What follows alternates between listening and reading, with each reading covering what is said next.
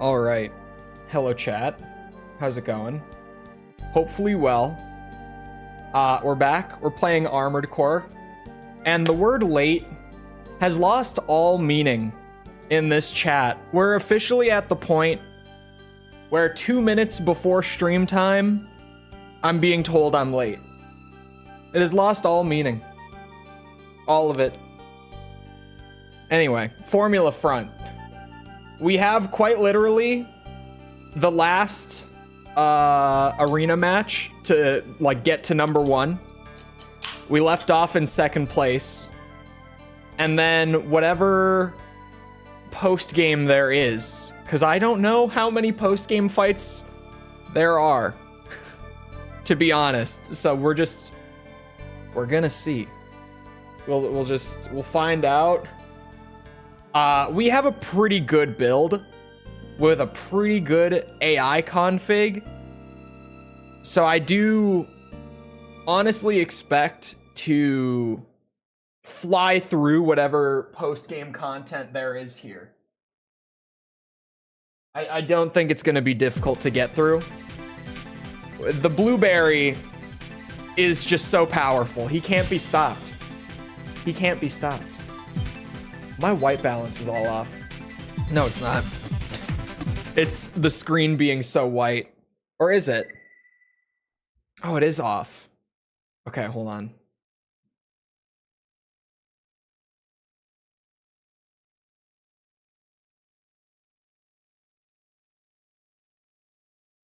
There we go.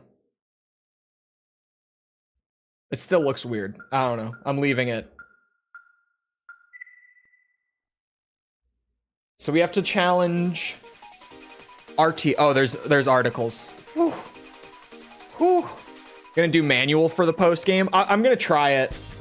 But yeah, like even using the Formula Front gimmick, I didn't say I was gonna do it for like the entire thing because I don't expect to. I think it'll be like fun to just see it, but I don't think it'll be more fun than using the AI stuff. I'm gonna try.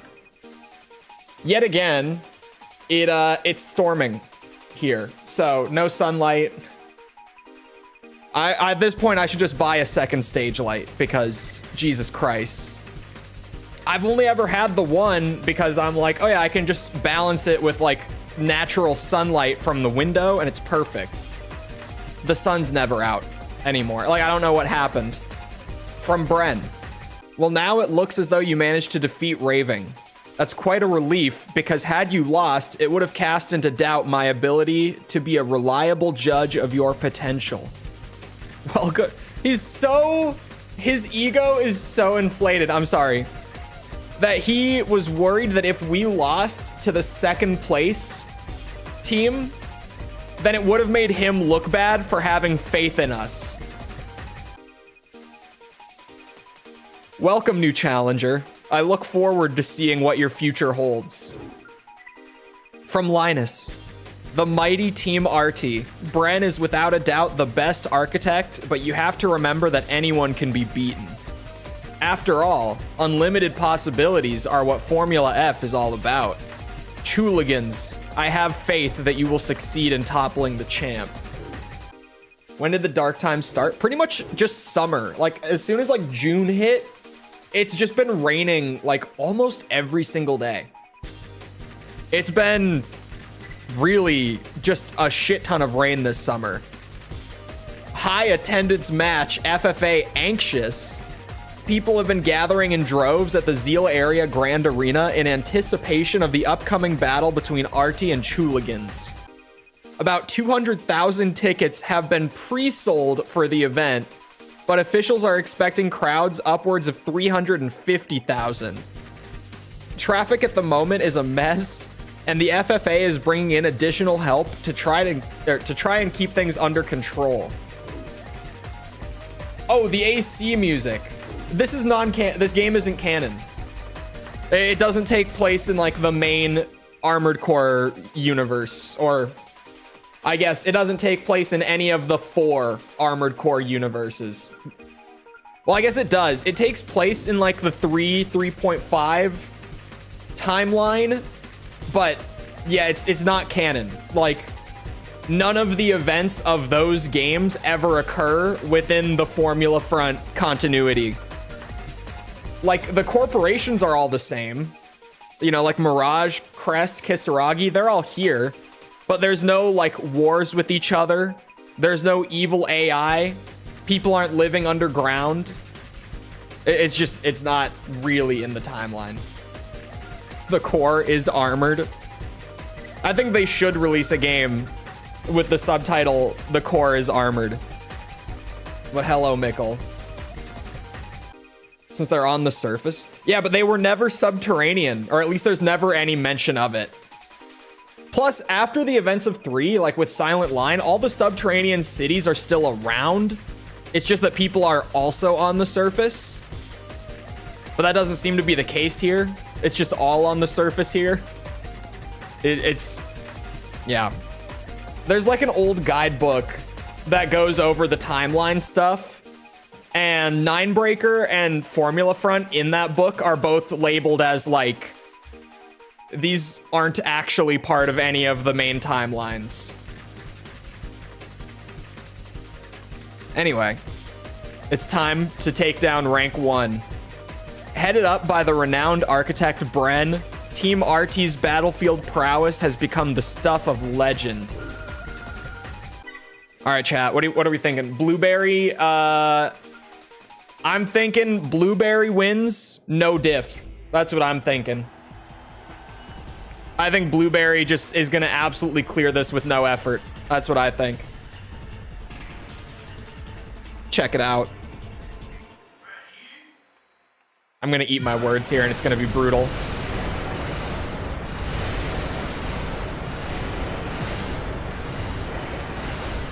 Okay, Blueberry's having a hard time aiming. Ooh, but when he hits, he hits. But when he hits, he hits. Oh my god, yeah, okay.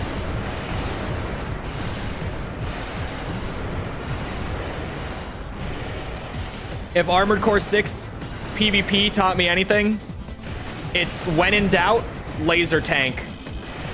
Oh no, we're overheated. Oh no, wait, he might have us. There's no way he clutches at 130 AP. There's no way. This can't be happening. That energy needs to come back right now. Like now. Oh my god. He seems to be out of his arm weapon ammo. Oh no! He has a hanger pulse gun. No! He has 2 of them.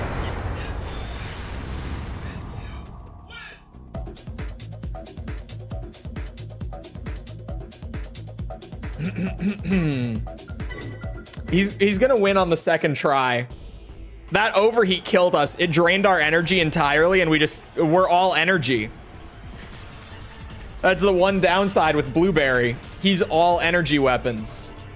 That must have been so cool for the spectator. Yeah, could you imagine actually watching that at like a packed fight like this?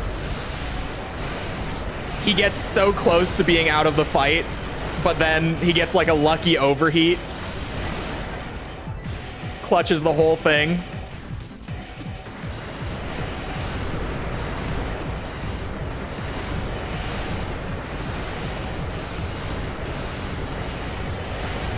Oh my.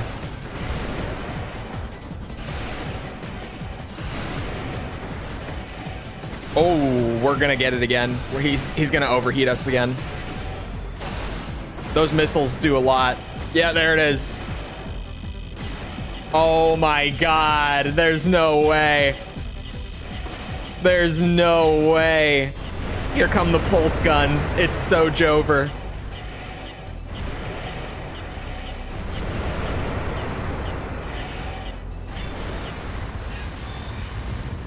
Little energy efficient. He is. He's totally maxed out on like, he has the most efficient generator, the most efficient radiator.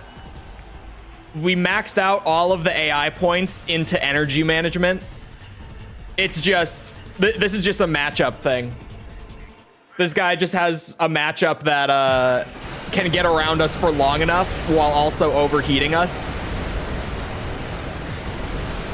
Oh, this one's going pretty good though.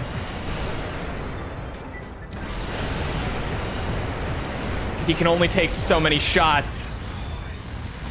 That's all she wrote. That's all she wrote. See, it just took a good run. That's all. Oh, hold on. Cutscene time. A new team now sits atop Formula Front's regular league. Although a relative newcomer to the league, the current champions somehow managed to dislodge Team Testarossa Artigiana from the position they had dominated for so long. Once completely unknown, the underdog is now the team others must contend with. After fending off over 50 challengers, Team Artigiana's record, a new era in Formula Front history is at hand. It is. Now we got the full house ass credits.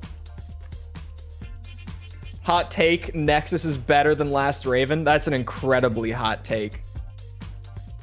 Did I show you guys that I do have like visual brackets for the Ace Combat and Armored Core brackets, and I may have made a Metal Gear one that I might also do for those streams. I just like this. This is fun. Losers brackets and everything, double elimination on them. I started doing the double elimination when I went to actually make it, just because of what happened with Ace Combat 6 versus Ace Combat 2, where Ace Combat 6 won by a single vote. And I'm like, man, that's too close. You got to give AC2 another chance. You know, make it double elim, and now we're talking. Nexus has a better story.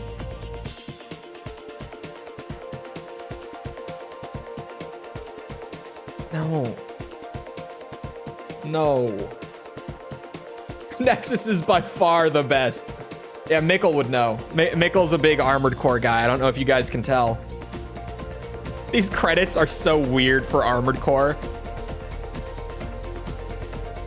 I mean, the tone of Formula Front in general is, but this is like especially like upbeat and happy for an Armored Core game. It feels so odd.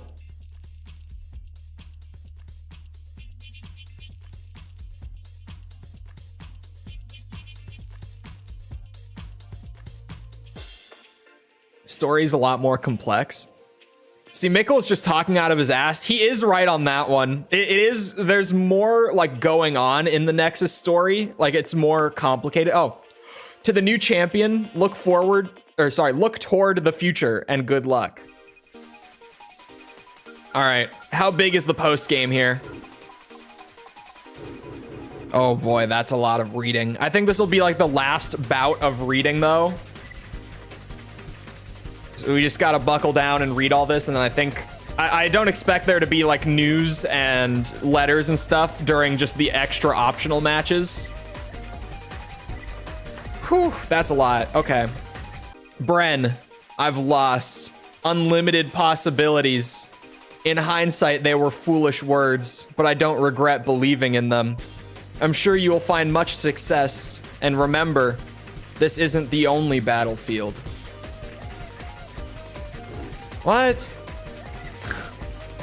From Linus, that was an excellent performance. You fight with tenacity.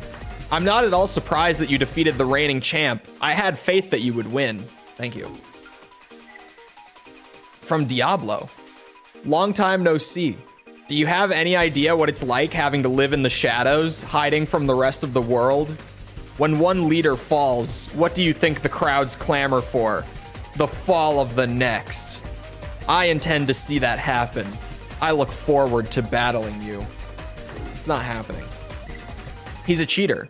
From Raving, sorry. This is a shock. Team Artie lost. I never thought that you would prove to be such a challenge for Bren, and I doubt any other architects did either. But you and he are now my marks. But for the time being, I offer you my congratulations. Actually just telling you to buy more Armored Core games? He might be.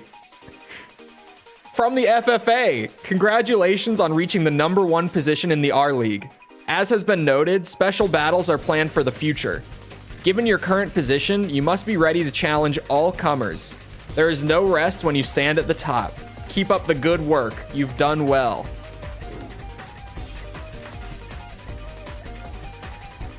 It's the Dark Souls 2 of Armored Core is crazy when Ninebreaker exists.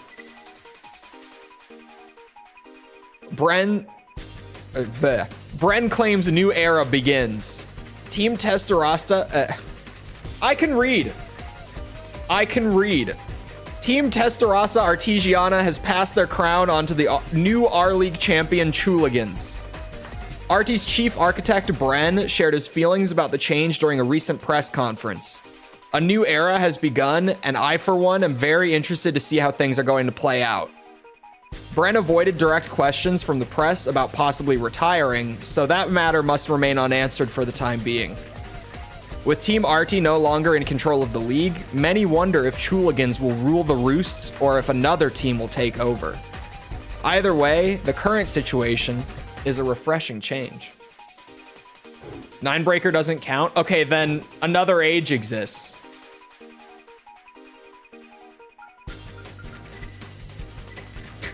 Had to be said. Just had to be. But I only find gameplay from the PSP version. The PS2 version was Japan only, first of all. So like in terms of the English speaking community, it'll definitely be hard to find any gameplay of it. And I don't think it's sold as well compared to the PSP versions either. Because I mean, it was like the 4th release of Formula Front at that point, right? Hold on. Now I have to go and look it up again. It was...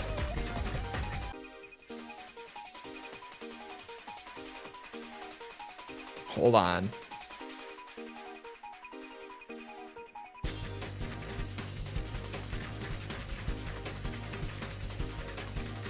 Yeah, it was the 4th release of Formula Front.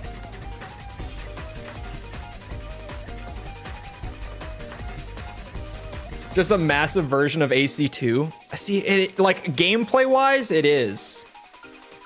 But I feel like it's not actually like that. It's like this hollow shell of AC2. Where it's AC2 like without the great arena, without the likable characters that you actually follow throughout the story, without the story, just in general. It's just AC2 gameplay for like 100 missions. And that's legitimately it. So like it's fine, but it's just, it's missing a lot. Like it feels like it's just Armored Core 2, but not as good and way longer. It's weird for me. So how does this work? With the new matches, is it just gonna throw random matches at me like this one where it's just like, oh yeah, you're fighting number 3 again? Because I mean, okay. I'll try the manual control. Booblaws is probably the best bet. Oh god, I haven't played the portable releases of the Armored Core games though, so I don't know how they control. And this is probably gonna use those controls, right? What the fuck? It's tank controls? Oh, there we go. Okay. Really? Wait a second. It's just the classic. Okay. I don't know how to look up or down, but we'll get there when we get there. Because the PSP didn't have triggers, but so far it's pretty much just... Oh, it does it automatically? What the fuck?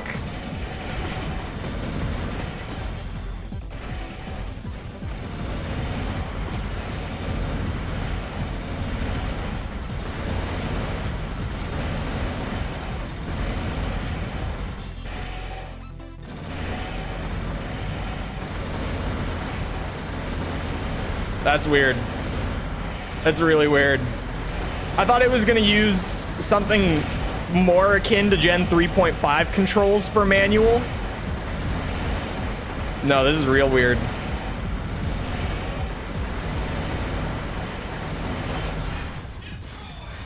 works though.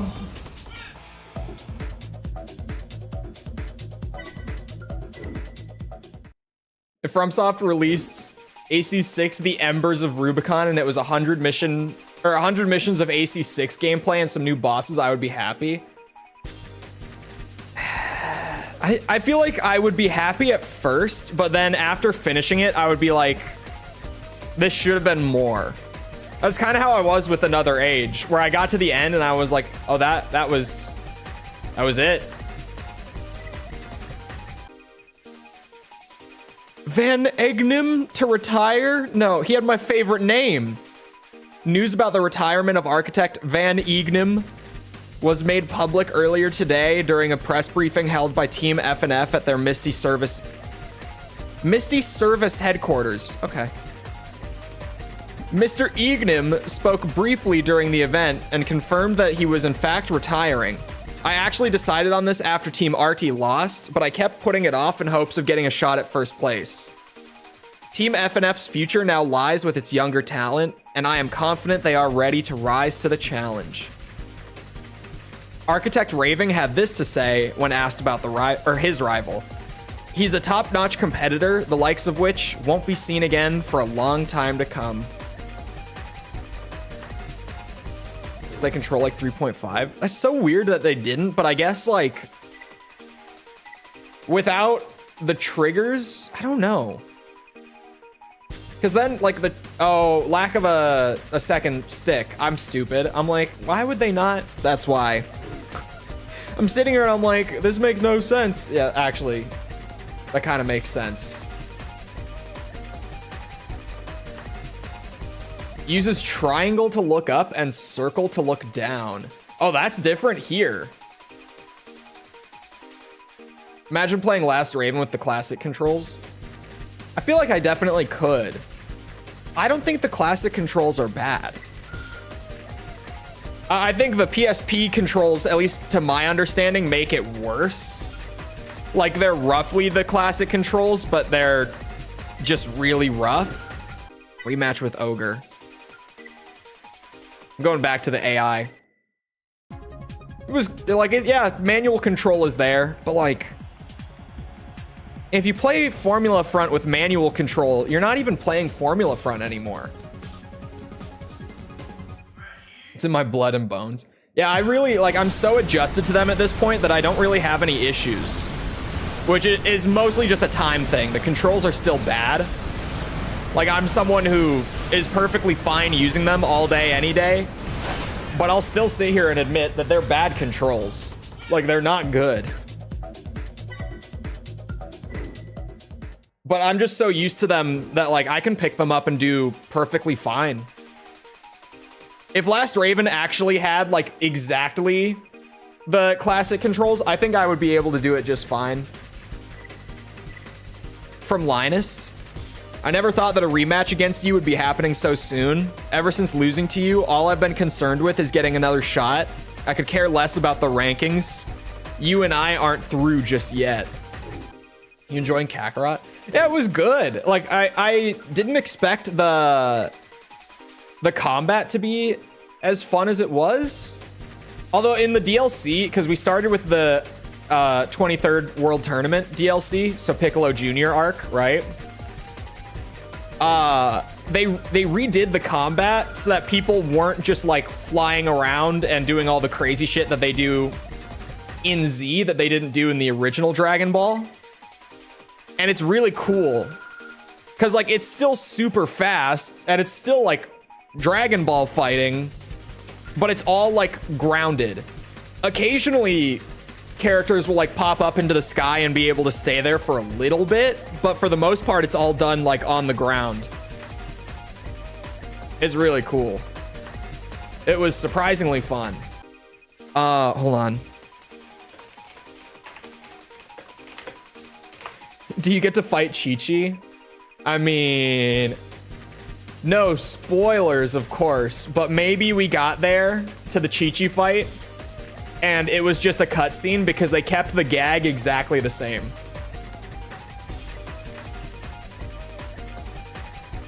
Yeah, it was just a cutscene because like they just redid the gag of him one-shotting her as soon as he started. And like I was kind of surprised. I thought they were gonna, you know, make it into an actual fight just because, you know, it's a game. But then as soon as it happened, I'm like, okay, yeah, the whole goal here was to like portray the anime story in game form. So I'm not shocked, actually. I'm trying to find if there's a list of like all the battles in the game. Hold on.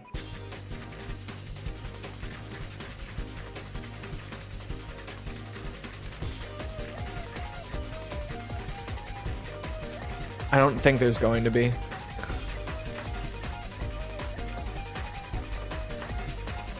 Yeah, she attacked. Yeah, so they just did it as a cutscene because there's so much dialogue during it too that her just trying to hit him was all cutscene and then him one-shotting her. The first hit you do, it instantly ends it. That would have been funny too.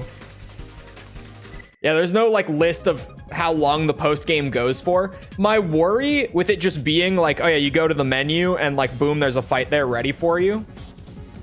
My worry is that like at some point we might be done with all of the actual like story fights, but it just kind of like loops and gives you opponents at random. We'll just see what happens. I guess we'll just go with the flow. Let Blueberry do that shit all that he needs to, and we'll see. As long as we're still getting messages, it's a sign that we're still doing the right thing.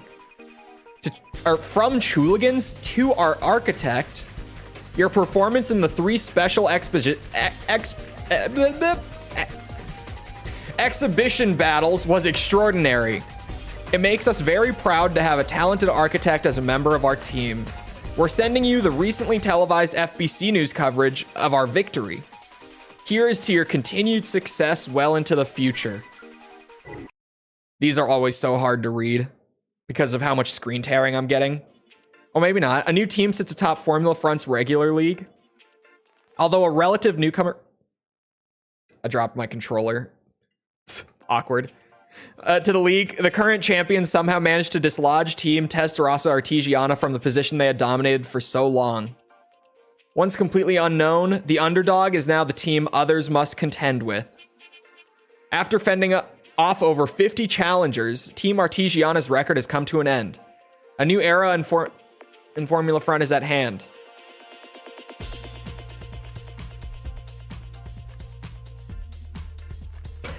They just sent us the credits. I just watched this like 10 minutes ago. For a second, I was like, this is the same screen that we were reading before. And then it just actually played the credits. I thought maybe it was going to change or what. All right.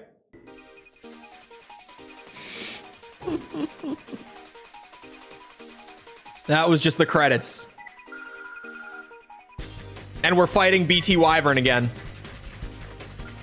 Is this 100%? Yep. Wrap it up, guys. We're done here.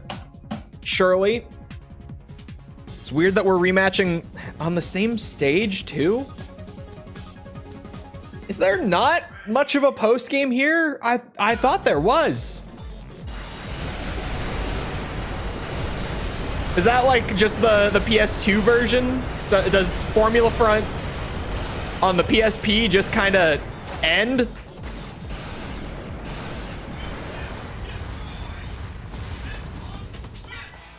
That was the same team, same AC, same arena.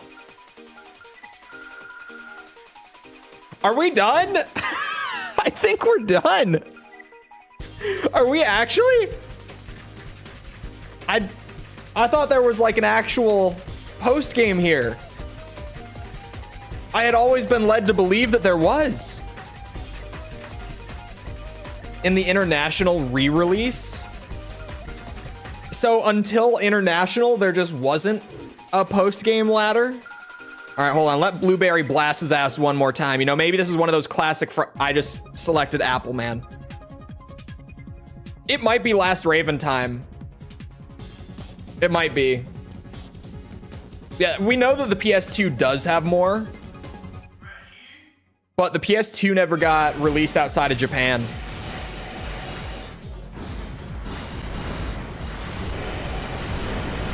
I think we're done. It might actually be Last Raven time.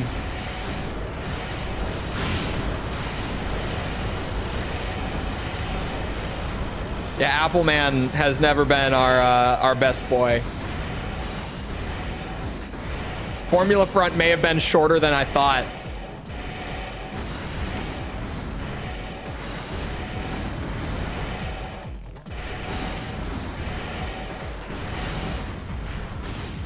Went to click chat and accidentally voted for something.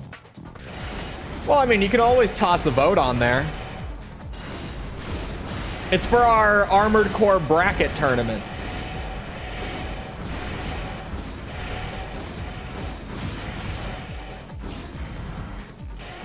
Wonder what happens if you lose? Probably nothing. Plus, I think this guy's out of ammo. We actually won. I'm kind of surprised, to be honest. I did not think Appleman had that. Yeah, we're done. We are. That's actually it. Well, that was our fun trip through the funny little AI game. I suppose that's a wrap. I'm genuinely shocked. I thought there was way more still to go. But no. Okay. I basically just replayed the game and that's like it. I always like dropping a save state just for the hell of it. Okay. You never know. Although I guess now I'm done. I genuinely have no reason for that. Let's hope that nothing happened to my last Raven dump. And also that, like, you know, nothing, what's it called? That nothing, my brain right now. Oh, broke this game from like PCSX2 updates. What's the better game, Ninebreaker or Formula Front? Who is Ninebreaker going against again? Oh, I put it against Armored Core 5 in round 1.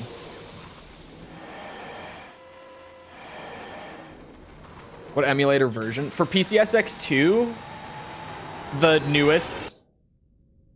Time for a big game. I was not ready to start this today.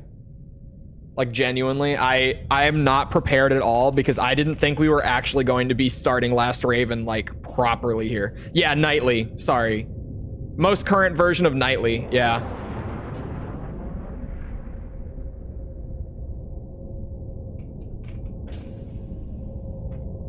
Oh, man. And we're gonna need guides for Last Raven, too.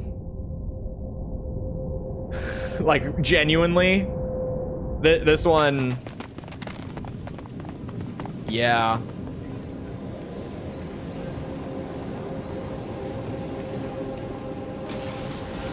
Vesperis guide, let's go!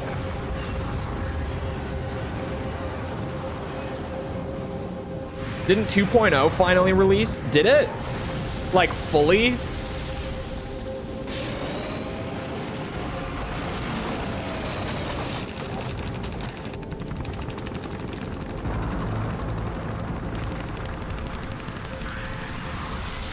The tonal shift after doing Ninebreaker and, what's it called? Ninebreaker and Formula Front back to back. Now getting back to, like, what Armored Core actually normally is like, tonally.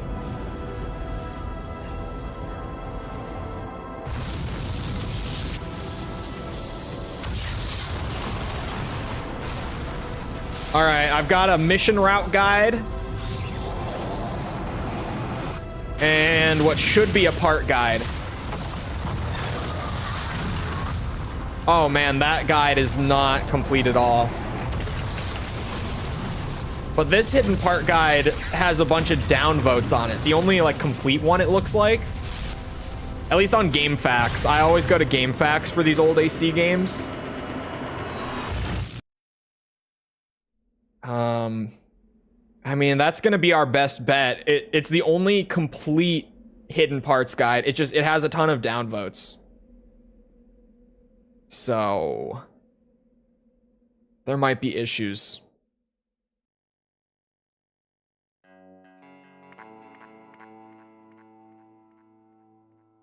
Oh, what the hell?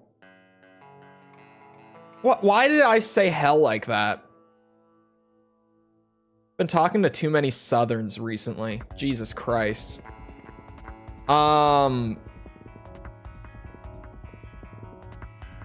Shit. This, okay,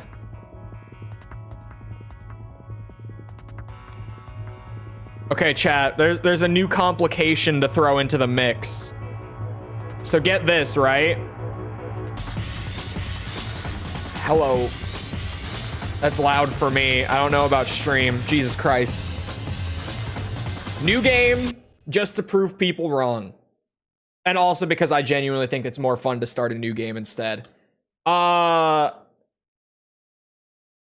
New complication. The only completed hidden parts guide is for portable. It is not for the PS2 version. So... yeah. That's gonna throw a wrench in things, in it. Rare portable W, at least on GameFAQs. I could probably go elsewhere. Oh wait, Last Raven part reference spreadsheet on Reddit? Hello, beautiful. My... dude, look at this. This is awesome. I'm so making a copy of this to use. Look at this, chat. Big ass checklist of all the like hidden parts and missions, and oh my god. This is incredible. I am so making a copy of that sheet so that we can actually use it as a checklist. Hell yeah. That is so much better.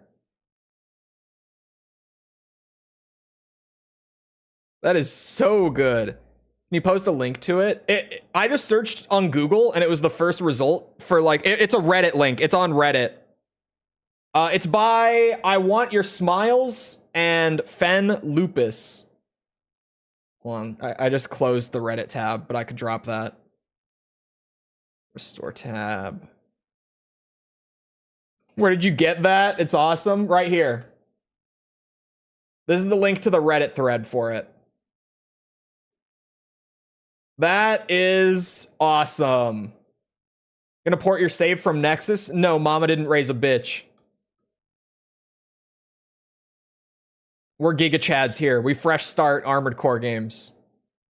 To be fair, I did carry over saves a lot to try it for the 100% runs. But after Silent Line, I decided that I was done with it because I think it just makes things really boring. You about to have a hard time? Not really. Just keeping it real with you. Like, I'm not even great at Armored Core by any means. You've all been here long enough. I shouldn't even have to say that out loud, right? But I played Last Raven on a fresh start the first time I played it for the review, and I didn't really have any issues with it. I think this game plays really well on fresh start, in all honesty. The only issue that I talked about in the review... oh, hold on. Unmanned suicide weapons ravage the world. Corporations that used to fight one another lost everything in the aftermath. Instead of trying to rebuild individually, they joined forces to form Alliance. The organization got off to a rocky start. Months went by before things were running smoothly. A new world order was ushered in, one ruled by Alliance. But a rebel group known as Vertex vowed to overthrow them. A war between the two groups broke out and quickly escalated into chaos.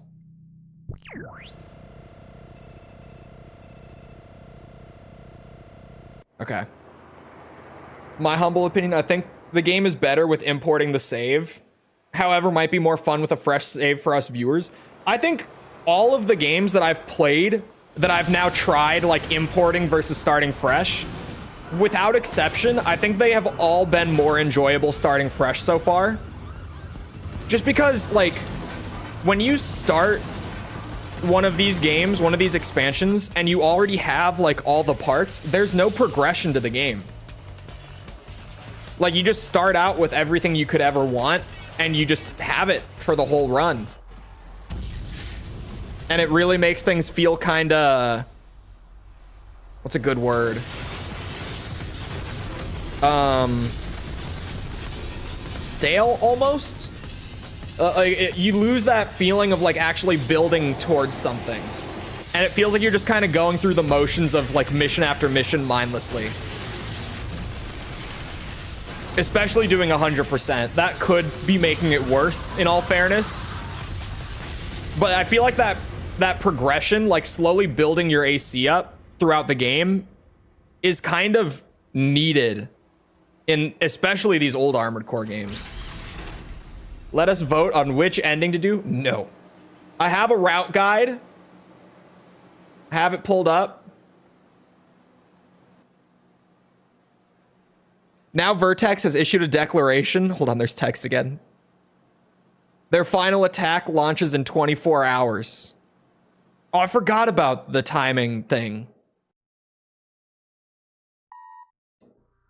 So here's the thing, chat. On this ending guide, get this, right? It has all 6 paths. Like, it's not like it's missing one.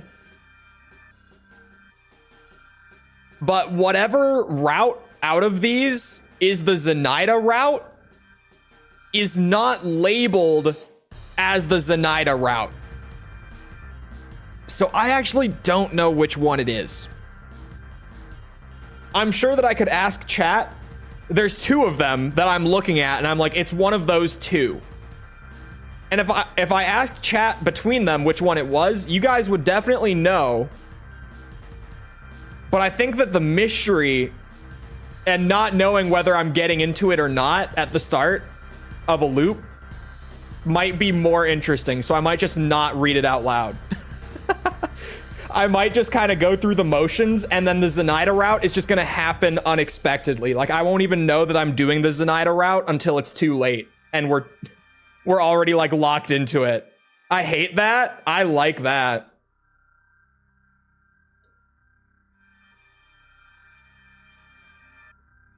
Zenaida and Genobi were siblings? Really? I feel like the thing with old Armored Core is so much of these like dev interviews and like guidebook pieces of info and stuff are kind of lost in translation at this point for the Western side of the community.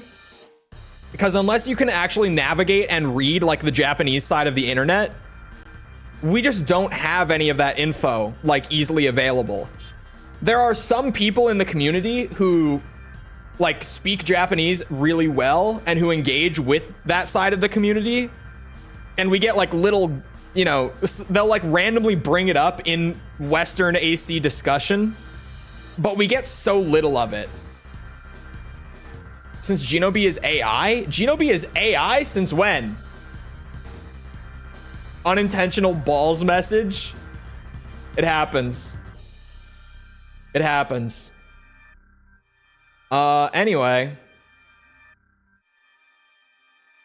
We're gonna start with Pulverizer Route 1. I don't know if that's the one I did. I know that there's 2 Pulverizer routes, and I don't know which one I did during the review, but it was one of them. Genobi, I was gonna say, I didn't think Genobi was AI. Genobi. That's a great misspeak, Cole. Oh, Last Raven. Fresh start is great in this game. I stand by it. However,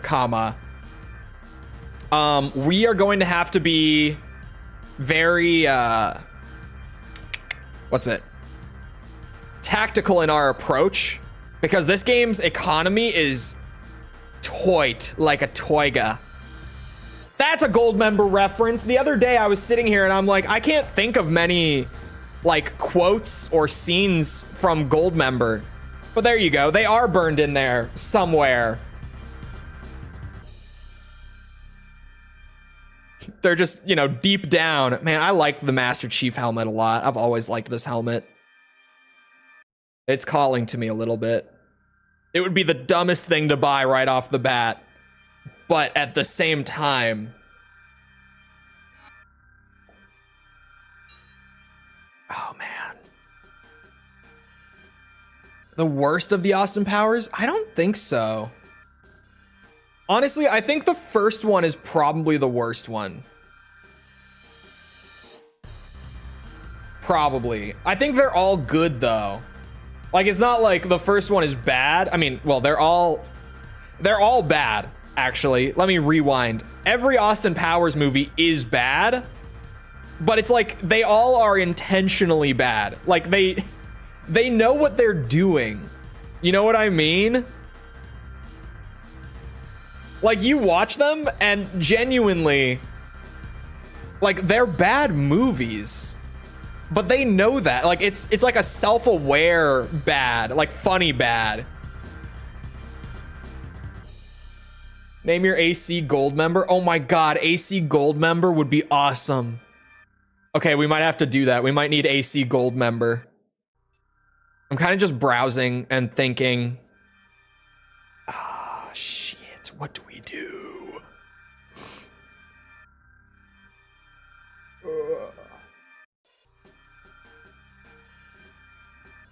I have 100,000 that I could spend. Do I need to spend it? No. Should I spend it? Probably. Last Raven economy kind of is it snowballs. Like, if you don't manage your finances well here, you'll get in a bad spot. Although hidden parts should ease that up. I'm gonna have to do hidden parts on the first run through. Just plain and simple. Like, I'm gonna have to. Cause, you know, 6 routes. If we don't, we're gonna play this game like a minimum of 12 times. So yeah, we're gonna have to do them along the way on first run as well. An arm weapon would probably be the best thing to buy, like, right off the bat, right? At least I would think so.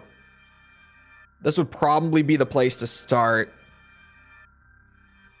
It's Gen 3.5. Oh, that's kind of sketchy. My mic arm is wobbling a bit. I don't like that. It's 3.5, so machine guns are awkward. Don't really like them much.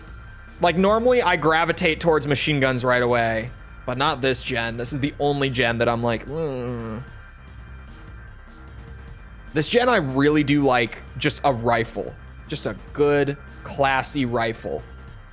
That Shadow, dependable. Not the greatest, but very reliable. Same with the Gas.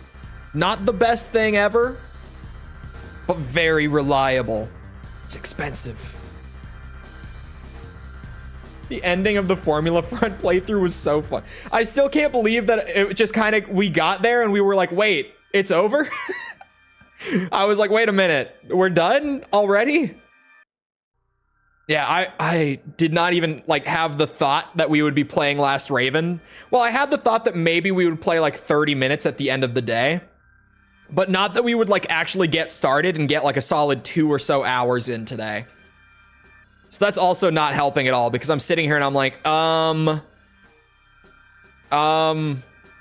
wait a minute, do I have 300,000 to start with? I only just noticed in the corner. I think I have 300K. I do. This game starts you with 300 on fresh save? Holy shit. Like, every Armored Core expansion ever starts you with 100K. So my brain was just like, oh yeah, 100K to start. Wow, that's a lot to start with. That makes me feel really comfy buying the gas rifle. Like, that makes me like, okay, I can buy that and we've still got plenty of funds. I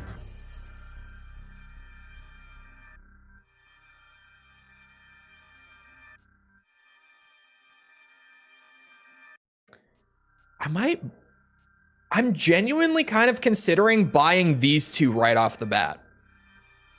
We have so much money. This is only like 53K together to buy these two. Can optional parts break? Can you lose optional parts? It's been a long time. Someone help me out here. I know the frame parts can break. No, didn't think so. So I could pay 50K for these right now. Wouldn't even hurt that much. And we just have them. Like always, the ammo reduction optionals, which, like, you know, every good AC build runs. So I think buying those two right away, big brain. Big move there. Frame parts can break. So even though normally I would be like, all right, let's get like legs, new core, etc. I'm almost hesitant because I'm like, they can just get busted. Only body parts? Can your weapons go with them? Or am I crazy? Because like my memory is telling me Biden dropped.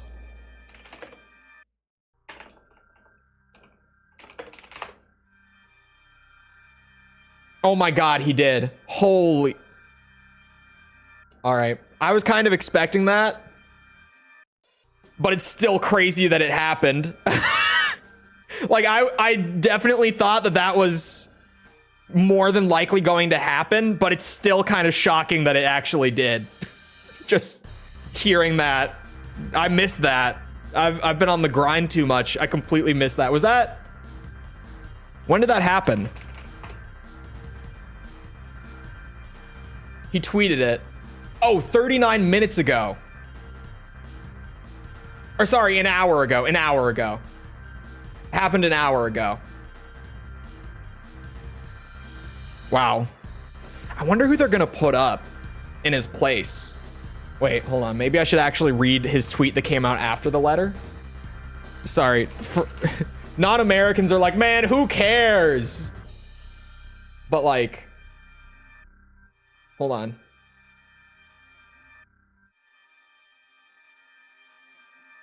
I want to offer my full support and endorsement for Kamala to be the nominee of our party. Okay, so no one is like locked in yet, but Kamala is potentially gonna run for the DNC. Wow. Okay. Sorry for my non-Americans. Even though I'm a centrist and I don't really like either party that we have here, I do keep up. I do find politics interesting, and that's pretty big. That's pretty massive, actually.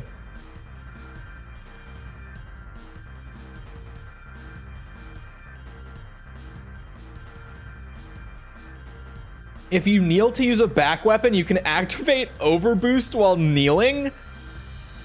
That's news to me, too.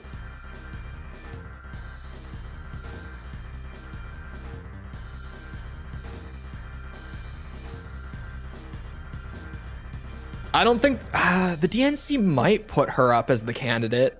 I don't know. I don't know.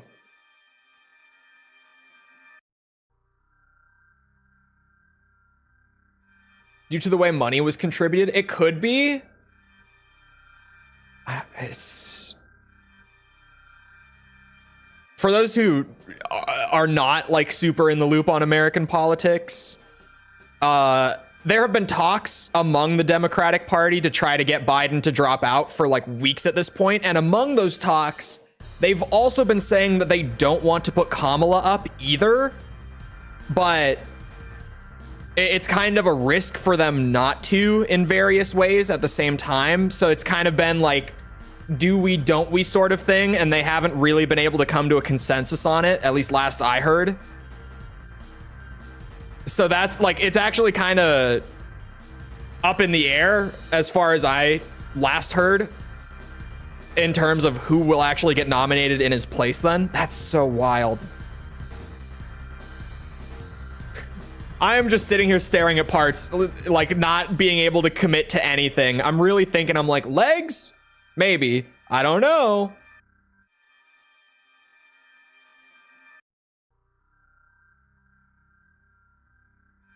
It would go nowhere if both don't run. Well, she's gonna run, but the question is, will the party nominate her? Because she's definitely gonna run. Like, he's already endorsing her, so she's 100% going to run. It's just a matter of, will the DNC actually make her their candidate for the election in November? Go for a test run? Maybe I should do inside parts. Like, maybe a generator investment right off the bat would be a smart idea. Oh, but even then, I don't feel good about buying a generator or anything until I know what kind of legs I'm running with. Like, what's my weight capacity gonna look like? Oh boy. So many decisions, so little time. This is like the most stumped I've ever felt. Because I was gonna go buy a generator. I'm like, that's a great idea, is to just go and buy like a generator or a radiator or something like that. But then I realized, like, I don't want to buy a generator not knowing how much like weight capacity I have for that generator, like how much wiggle room there is. Don't have to do the hard one. No, I'm just trying to like get myself off to a good start. Because I've got all this money to spend. Used parts have lower value. Yeah, as soon as you buy a part, the value cuts in half in this game. Which I really dislike, but yeah. It's part of why you have to really think about it. I want to go biped. At least for the first run. We're going to be playing Last Raven for so many runs. Like, we can do all sorts of builds as we go.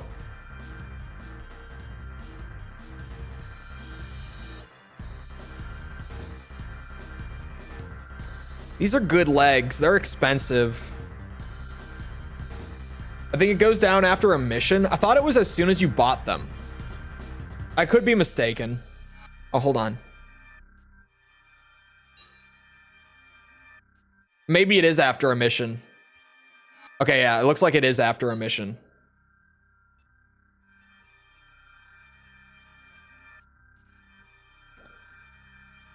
Where are they? I know that these, or no, sorry, these are really good biped legs.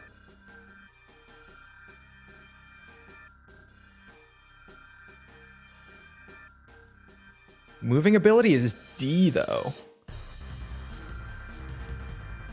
The moving ability is like D or C on all the bipeds. Is that moving along the ground? Is that what we're rating here? Because there's no way. I feel like bipeds are some of the most mobile legs in old gen Armored Core. Like, am I wrong? Am I crazy? I'm gonna buy these. These are good legs. As soon as you equip? Oh, hold on.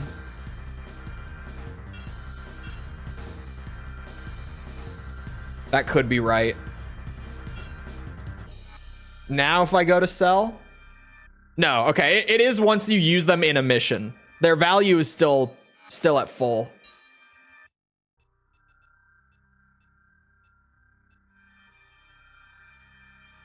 There, got some slightly fancier legs.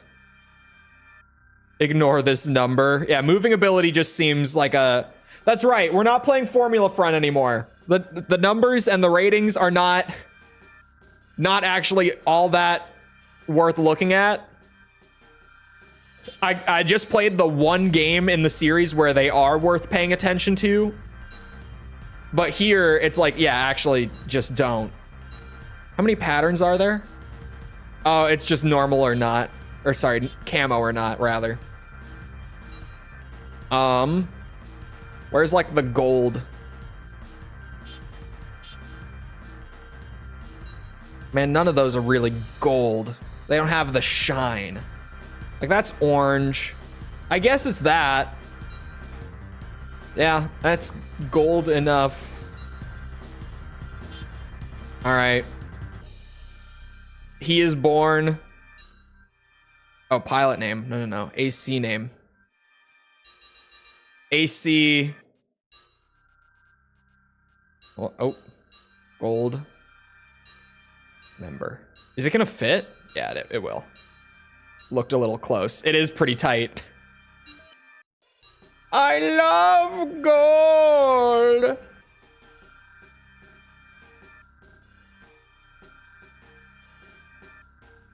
Is Formula Front done already? Yes. Turns out the post game is like 3 fights.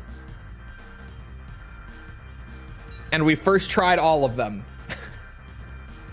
Sorry. Route guide. We want eliminate intruders. Which then I have to come over here.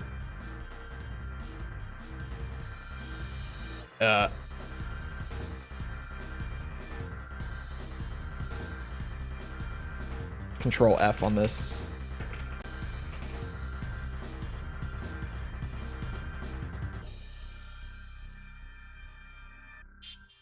First of all, it's not what I meant when I said first of all. Hello, Jess. There's my old save. 31% achievement. A lot of credits. I keep forgetting that those are gonna pop up. Like, I get confused every time we start a new game. Can you? Oh, you can just do the arena, like, right away. Not yet. Pretty sure this is the right mission. Unless there's more than one, but it doesn't look like it. Sorry, the hidden parts guide, there are 70 hidden parts to get, so the amount of pre-planning going into Last Raven and like figuring out the approach, there's a lot here. And I'm gonna have to save after everything so that we have a point to load back to and yada yada. This mission request comes from Vertex, which is headed up by Jacko. They want help taking care of some intruders. The operation area is Cirque City, home of Vertex's HQ. So... Raven, an unknown force has invaded the old Nair industrial area of Cirque City. Mm-hmm. Although they're few in number, we shouldn't take any chances now that the declared attack time is so close at hand. Those who encroach on our territory must be dealt with firmly. Liquid! Ensure all the intruders are eliminated. Still so loud. Okay, so this one is on top of the alcove building that is behind you. And it has a note here that says, destroy the ostriches before trying to get the part, otherwise you may fail the mission. Oh yeah, look at my boy. I forgot about the walking out of the garage animations. They're great. But they get in, intruder window? Of course. Nanomachine, son. They I won't. Brain rot is so bad.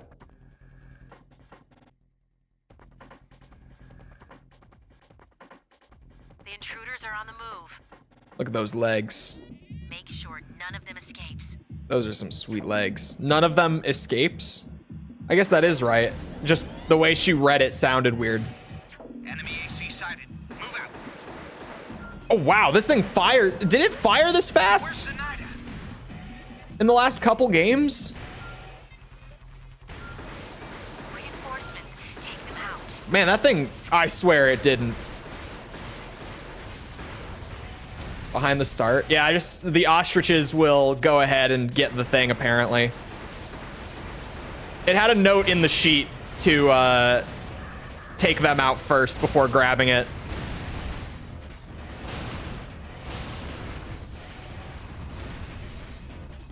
Mission successful. Oh shit.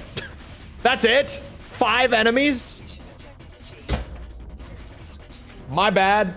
We're gonna have to do that again.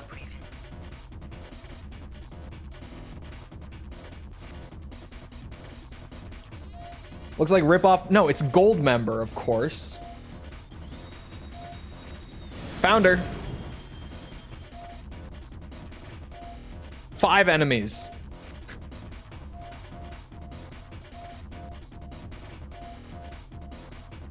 You've lost it? We didn't lose anything. So quiet. Am I too late? Who was here? Me. Smile. It's already better than Nexus. Restart the game?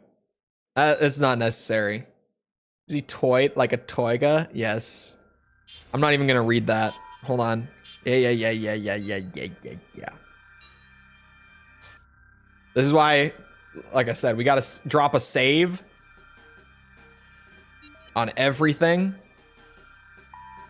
so that we have a restore point for when stuff like that happens, because hidden parts are gonna be a bitch in this playthrough.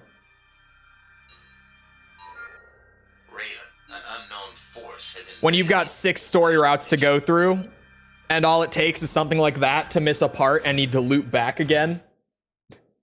Yeah, we're gonna be save scumming the hell out of this one. Only because the amount of wasted time if we didn't save scum it would be ridiculous.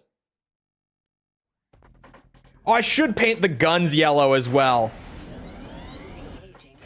Yeah, so these guys... How's the volume, by the way? Is it a little quiet? Or is it fine? I feel like the menus are louder than the gameplay. Like, for sure. Okay, there. And now... I gotta go and find the hidden part.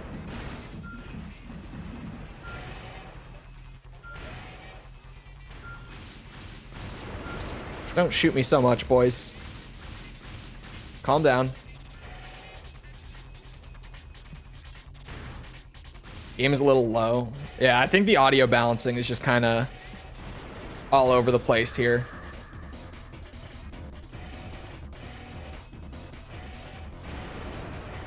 Where exactly is this? The sheet said behind the start.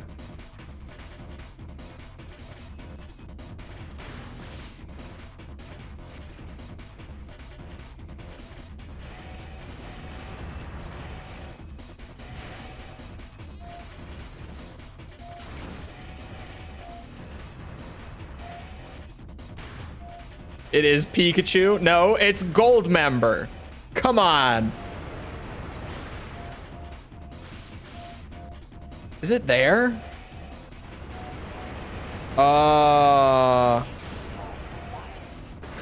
Man, her saying AC part acquired is so quiet. Yeah, here, I'll bump it real quick.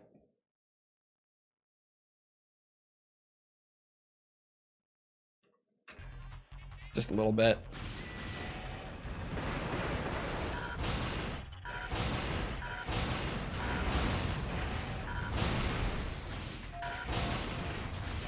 There we go. Mission successful. Check that off. Beautiful. This spreadsheet's gonna be huge. Good job, Raven. Still too quiet, but then the menus are gonna be so loud. 75.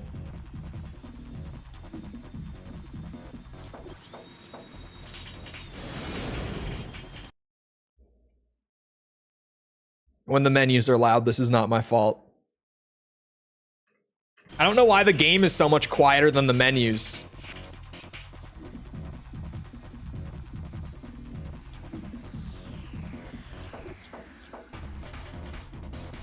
So quiet. I know. Am I too late? Who was here? You don't have to tell me it's quiet. Believe me. I'm very aware of how quiet it is. Rasetsu. It's a right arm. We still got the S rank, so I'll take it. All intruders that entered the Old Nair industrial area were located and destroyed. Situation report. Currently, both Vertex and Alliance are fairly evenly matched. Time is critical, though. We'll see how things unfold in the coming hours. The area you've secured is vital to the client. They're sure to be pleased. They better be. in 20 hours. Looks like sounds back on the menu, boys. New mail. Drop a save. Hold on. Yeah, get real used to seeing the save menu. Bad pile bunker, but pile bunker nonetheless.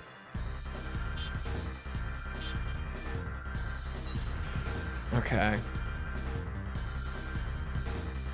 What do I do with you financially?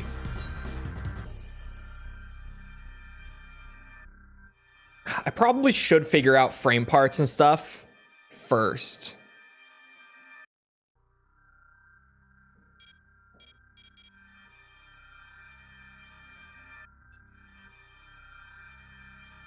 Right?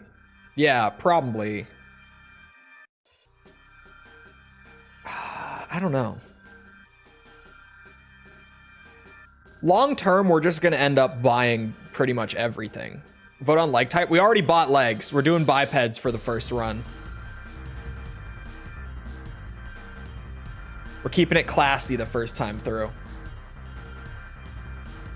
Like, I could go ahead and buy a really good generator. But then what if I want another one that's better?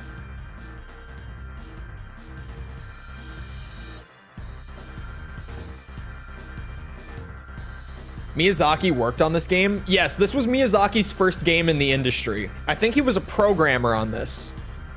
I don't think he was a designer on this game, which is kind of crazy because we know that this was his first game, again, like not just at FromSoft, this was his first game in the industry. This was the first game in his career that he worked on, and he was a programmer. Then after this, he got bumped up to director for his second game he ever worked on, Armored Core 4. Don't ask me how that happened, but it happened. Man, what kind of look am I going for here? I mean, even before the rest of the frame parts, maybe chat. Oh, he was a designer? I thought he was a programmer. Hidetaka Miyazaki. It's probably on his like IMDb, right? I know he has one. Yeah, hold on.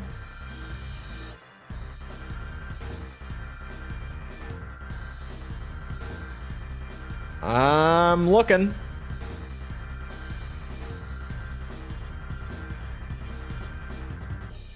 Oh, it's not on his IMDb because he didn't direct it. They just don't have the programmer role on IMDb. Career. Hold on. I'm on his Wikipedia now.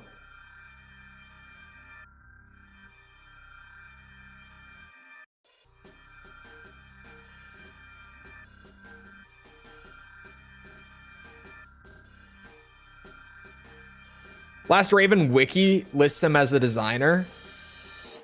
He began working at FromSoftware as a planner on Armored Core Last Raven in 2004, joining the game's development midway through.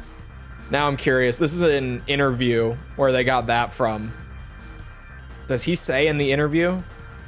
Because I don't trust the Armored Core wiki. Flat out, it's a dog shit wiki. I have not been kind to them in the past because, man, that wiki is rough. I'm just going to Control F this. Why am I sitting here reading it? What? They don't even mention Last Raven in this interview. The fuck? This is a different interview that they link as a source on the same statement. Hold on. And it's like endlessly loading. It's just not gonna load. He's a planner in the game's credits. So was he only on the pre-production team for this game? Because that would be... No, because it says there. Okay, I didn't get a response from the site that hosted the other interview. Source there. Awesome. It timed out. Where's the source? I made it the fuck up. Yeah, the first linked source just doesn't even mention Last Raven at all. Well, maybe if I search for Armored Core instead. Oh, hold on. Miyazaki started as a coder in 2004.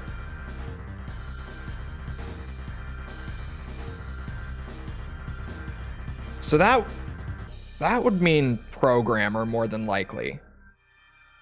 Designers, it could be referring to a designer, but like, when you say coder, I think that that's synonymous with programmer, and a programmer is not a designer. It's two distinct roles. Designers do a lot of programming, but they're not programmers. There's a difference.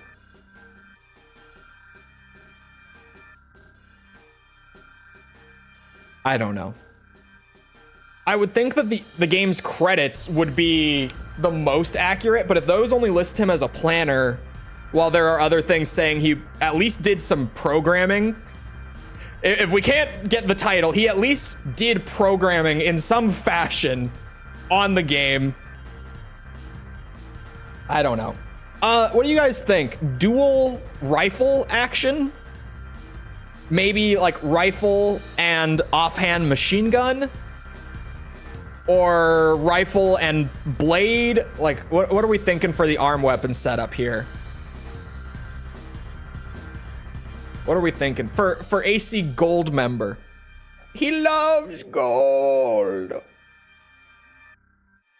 we'll see you around, Aniket. Have a good rest of your day. What are we thinking? Dual chainsaw? Unfortunately, no chainsaws. Plus machine gun. Machine guns do work well as an offhand here. My options aren't the greatest. The fairy would probably be the way to go. I don't know, its attack power is really bad.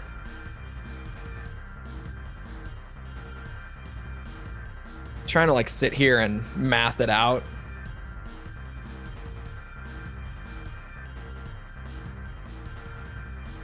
Karasawa isn't great. Oh no. The amount of times I hear I love gold is like 20 too many. Well, false. Look at the AC's name. And my camera's cutting it off somewhat, but like, look at it. No triangle? What do you mean no triangle on the offhand? What do you mean by that? Triangle on the offhand. I don't know.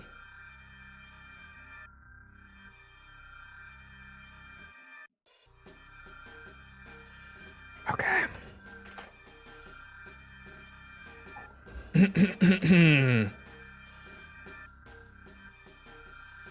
Oh. Do they not? There we go. I was like, do they not have the thing where you can split it off like that?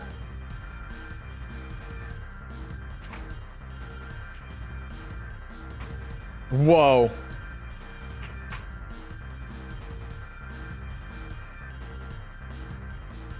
Windows calculator, bitches.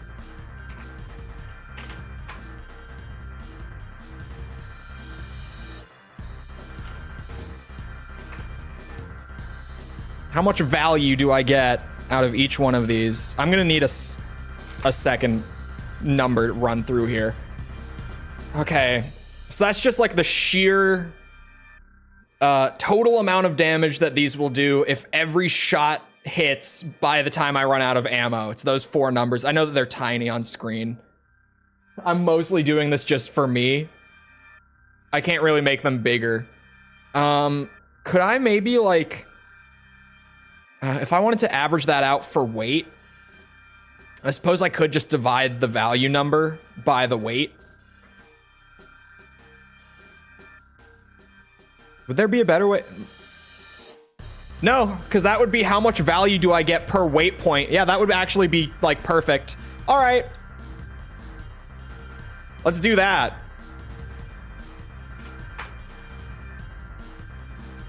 All right, we got 60.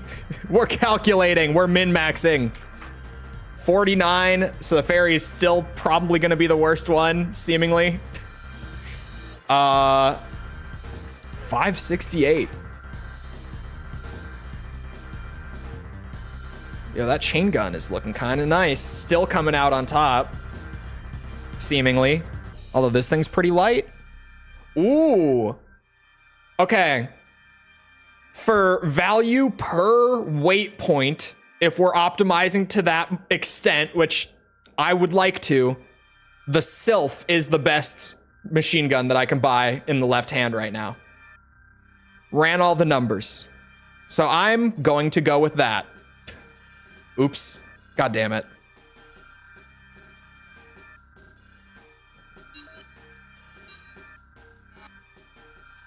Calculator never let me down.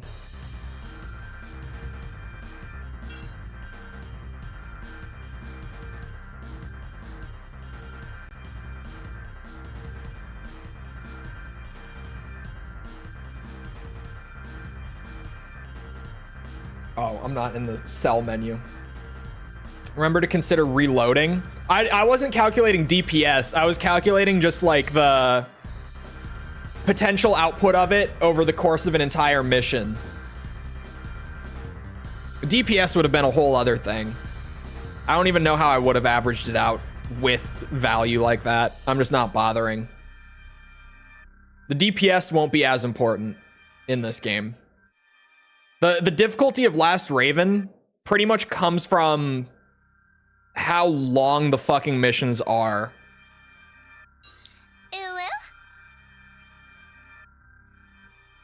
Is there a government in Armored Core? Depends which game we're talking about. And even then, kind of varies a bit. I think we just run this for right now. I have a little bit of money left after that, but not really enough to do anything significant with. Yes.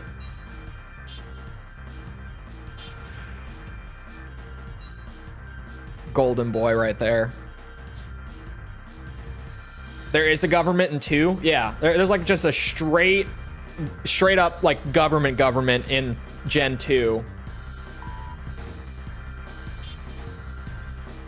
Playing the first AC. The first AC. This is Last Raven, my friend. Oh, hold on. The path list. Destroy bridge garrison.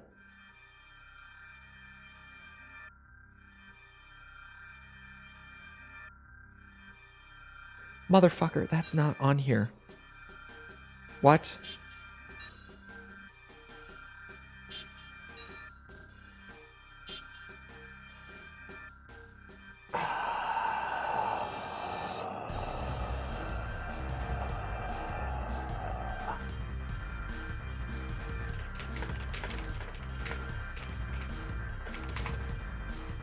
Bro, what?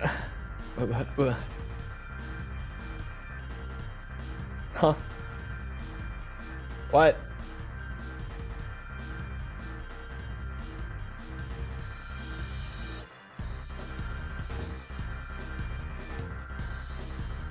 New Game Plus gives you more? No, it doesn't.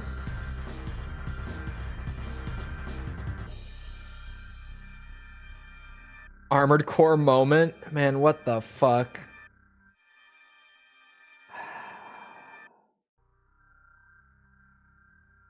Hold on.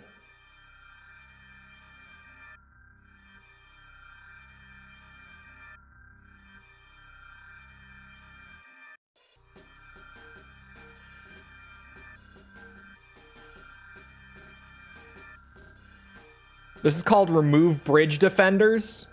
That's the actual name of the mission. All right, you know what?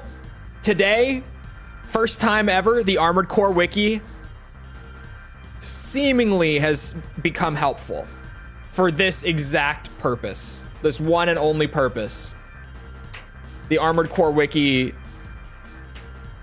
seems to be here for me. There's no hidden parts on this mission. No hidden parts. Never played this yet. What are you doing? Never played this. You should. This mission request involves securing a transport route for Alliance. The commander of Alliance's tactical unit forces, Evangel, has issued the assignment. I like that Evangel guy. This is the Alliance Tactical Unit Commander, Evangel. Hello, Evangel. I'd like your help securing a vital transport route on the southern edge of Ruga Canyon. You sound significantly less Slavic than the last time we met. We have to move quickly. There's not much time left before Vertex launches their attack. The transport route will be useless to us if it is damaged. Please exercise caution when removing those defending it.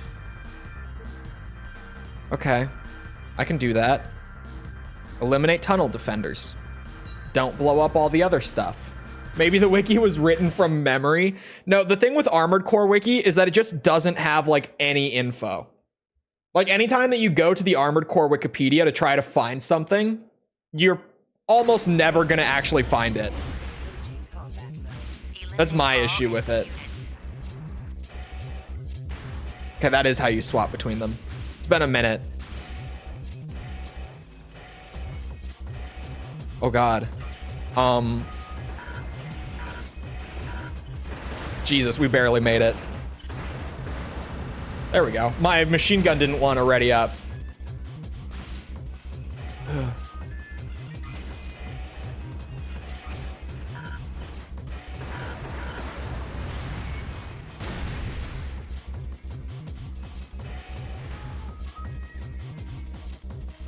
Oh, you're right. I haven't met Evangel. You're 100% correct on that. My bad. My bad. I've never met the guy. But I heard from this one friend of mine, Goofer, that he had a thick accent. I don't know what happened to it. I'm not hearing it, at least.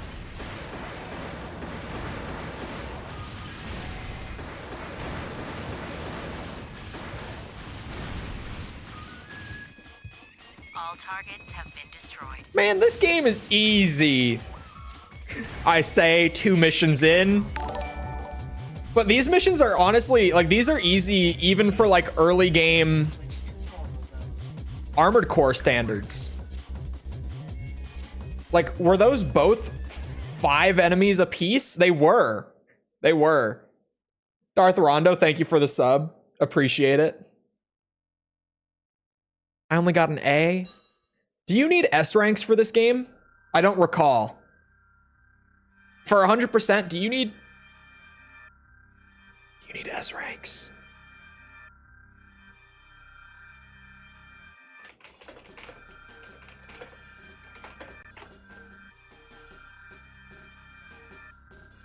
Chat, who knows? Do we need S?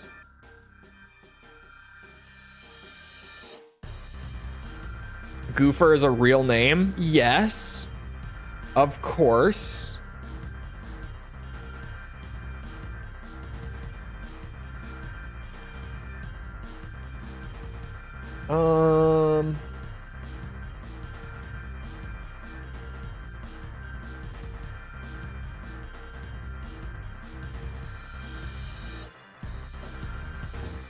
Man, I don't think we're gonna get like a great answer on that from Googling. As always with the old. Yeah, there's my streams. Anyone remember what I said about like searching for 100% stuff on these old Armored Core games? I always know that I'm screwed and I'm not gonna get any answers when I search for it and I start getting like my streams as Google results. That's when I know it's over. Enemy defense forces in the Ruga Canyon region defeated. I read that sentence very well. Vital transport route secured. Situation report. Alliance now has control of a transport route leading into the heart of enemy territory, Cirque City. There are only 18 hours left until Vertex's declared time of attack. It'll be interesting to see what sort of moves each group makes next. Ed. I like this Ed guy too. I'm gonna hope that we don't need S ranks for 100% in this game. The fact that they're there worries me a little bit. But Armored Core kind of flip-flops on whether or not you need them. So who the hell knows?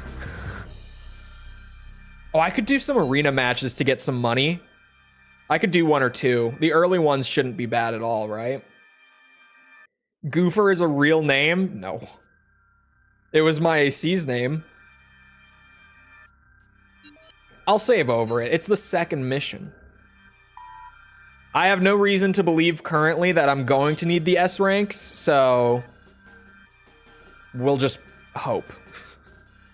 And I mean, if we do, we're gonna need a totally like specific build type to actually S rank everything. That's not gonna be this, quite frankly.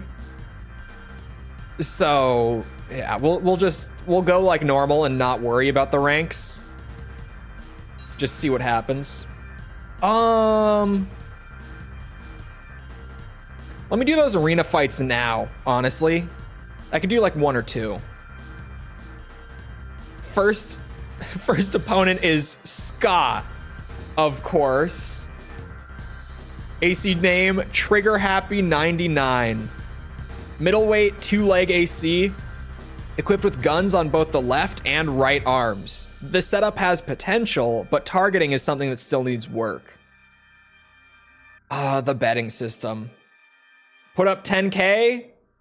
Profit if we win. Lose the 10K if we don't. Do all arena as soon as you can, I think, in Last Raven? No. Not on fresh save, at least. Just because the betting system exists. So if you're not going in with the right gear, and if you don't have, like, substantial enough funding, you're just gonna go broke, like, immediately. Granted, the later fights make you stupidly rich. But early on, it's a little shaky. This guy is easy, though. This dude's nothing. My what's damaged? My core. Man, it's still quiet. Uh-oh. Incoming. I forgot about the little delayed explosion. I completely forgot about that. Well, there's an easy 10K. Nice and easy. Oh, I forgot you get their emblems too. I actually really like his emblem, to be honest. I might yoink that. I don't need to save the replays or anything. I don't like your emblem very much. Hold on. You dare forget about Metal Bug? Metal Bug, you know, he was great on occasion. He had issues. He had his problems, as we all do, but he really had his problems. Where's that sweet emblem? I'm stealing it. Man, it looks like shit on my AC. Never mind.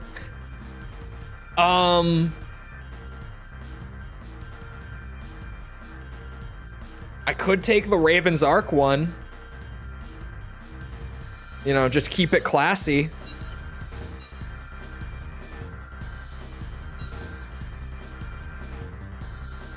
Maybe the Alliance emblem? Hold on, if I'm doing Pulverizer, who am I gonna be like allied with predominantly? I don't remember. It's been so long since I played Last Raven. It's been almost a year.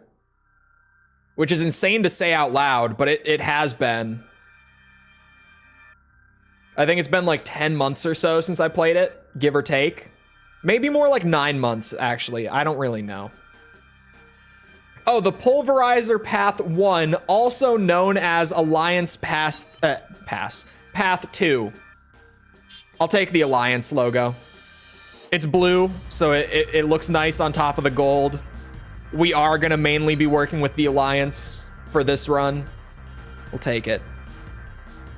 Betting 12K to net, or to profit 12K is always how that goes. Just double your money.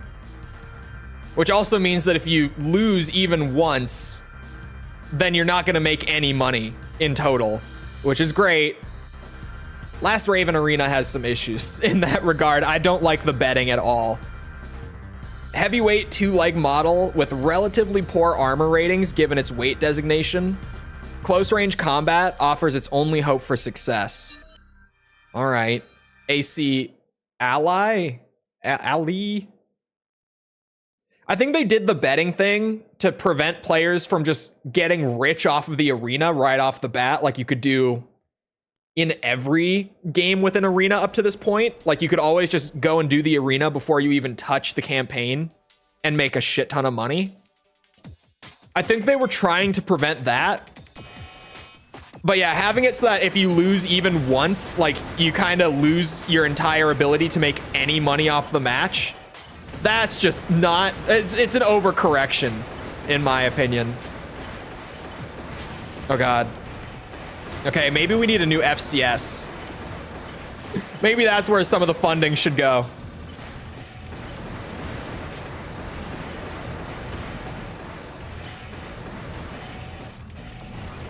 Yeah, I think that would be a good idea.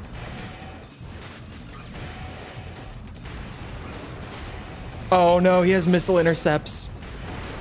Oh God.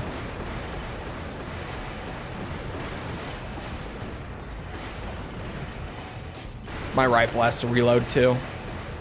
I forget it's an assault rifle.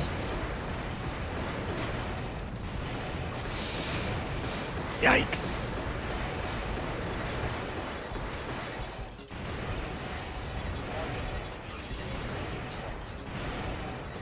Oh my God. I'm gonna lose. If I had a laser blade, this would have been fine. That's kind of the worst part. Is knowing that if I had just kept the basic blade, we would have been done by now.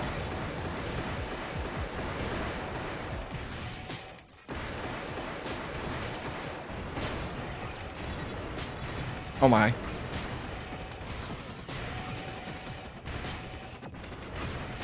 Using everything we've got, and I don't even know if it's gonna be enough. My head is damaged.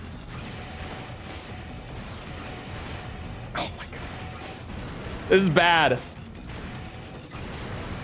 This is not good.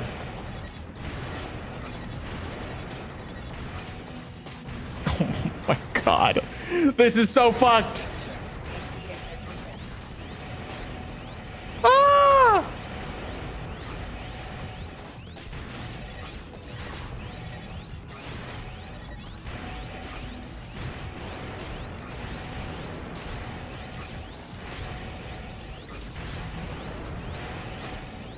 I'm trying.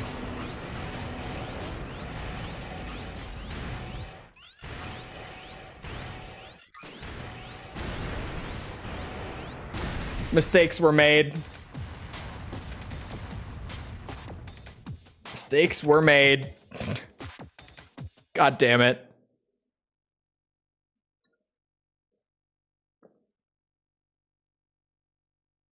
Oh yeah, the arena lore is that it's all VR training stuff this time around. You're right. The betting doesn't even, like, from an in-universe standpoint, it doesn't make sense. Put a blade in your hanger? I could do that for now. That's actually a good idea. Because I don't know if we'll rock a hanger core for like the whole run. But yeah, for now, that'll be a good fallback. Definitely FCS.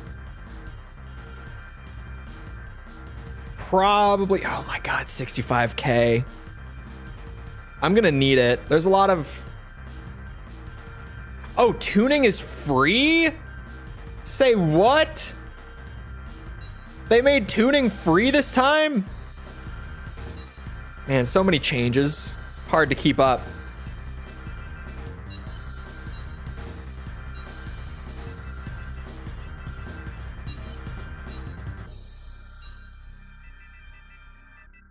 Classy defense split. We don't have like cooling issues or anything.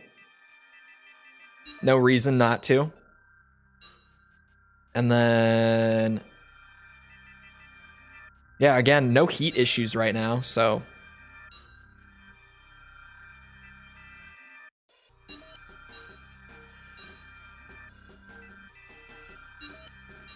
Cover my bases there.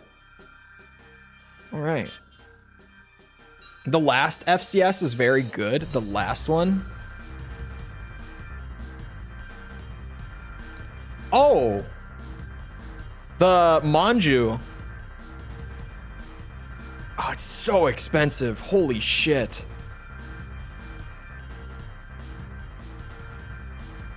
But yeah, this one is like a, you have to work your way up to this.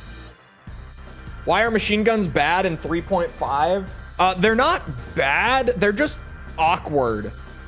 And also, like, they really don't have much ammo either. So, like, they're good if you can kill targets really fast and you can just get used to the reloading and stuff like that. But I really don't like them in this gen, for the most part. As like an offhand, they can be nice, but definitely not like my go-to by any means. Speaking of having hangers, oh, the pile bunk can't be hangered. I was gonna say, along with the blade on the left arm, might as well put that little free pile bunker we swiped on the right. But I guess not. Oh no, I'm broke. Never mind. The FCS killed me. Too expensive.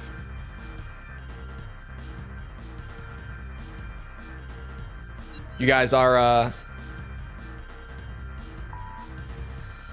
small MGs hangerable. Yeah, what I might do potentially is get another basic rifle and then hanger the machine gun. Cause yeah, that was a nice and early wake-up call that we probably, like, it's a good thing for it to have happened this early, to just be like, hey, this is not gonna work. Like, against other ACs, this thing is not good. Oh man, hold on. I'm broke, but I can't believe I didn't think of this already, because now used parts, like, you know, the money is gone. The shade in this game is just so good.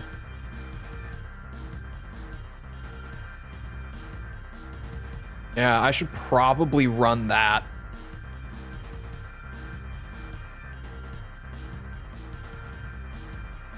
Over like a normal rifle.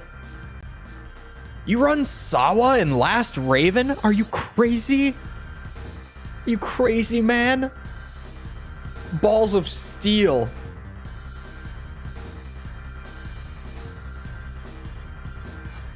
Shade superiority. We all know it. We all know it. Oops, not VR. We need to do pursue withdrawing MT. Man, this is a lot of planning.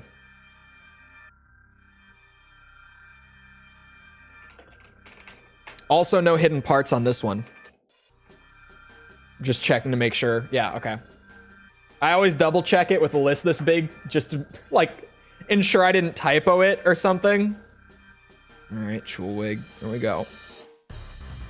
The objective of this mission is to take advantage of what appears to be a Vertex trap in order to investigate one of their facilities. Follow the withdrawing forces. I run Sawa in Last Raven when I'm using cheats. Cheats. I'd like you to investigate Vertex's materials storage site. Okay. The facility is connected to Vertex headquarters, so it came as quite a surprise when we learned that forces stationed there were being withdrawn. Mm-hmm. The reason for doing so isn't clear, but it might be an attempt to lure us into a trap. This possibility is a concern, but now is probably our best chance to conduct a survey. Probably. Once inside the facility, Follow the withdrawing Vertex forces and gather what information you can. Proceed with caution, Raven. Free mission replays is unlocked after one run. Oh. I thought that we had to be like on top of it because of the loops. Is it not like Nexus? Did they fix that shit after Nexus? Where like free mission is in the game, but there's a bunch of missions that just aren't on free mission that have hidden parts. Is that still a thing here? Because man, that was the worst part of Nexus. Okay. We've still got those collisions from Ninebreaker. Oops. Oh, my bad, my bad. Man, he's gonna be almost dead. I hit him a lot. That was a mistake. Oh, holy shit.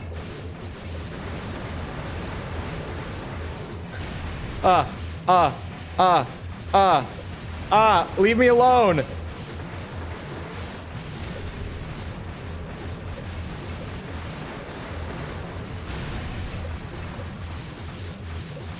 It's fixed, thank God. Because that was seriously awful in Nexus, doing that 100%. Well, yeah, Nexus Disc 1. At the very least.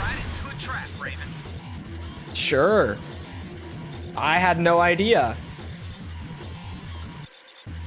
Helps for ranks, credits, and parts. Okay. So I don't have to be as worried. It's still probably nice to do along the way, just because of this game's economy. But I don't have to be as worried about missing stuff if I do. Good to know. Look at him, Sawa user. Sawa user. You're in the wrong generation, friend.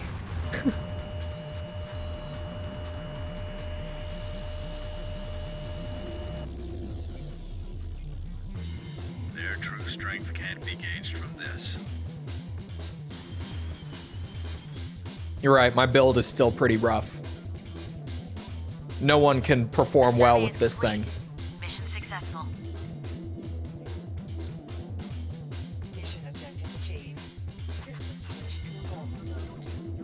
I feel like I could have just...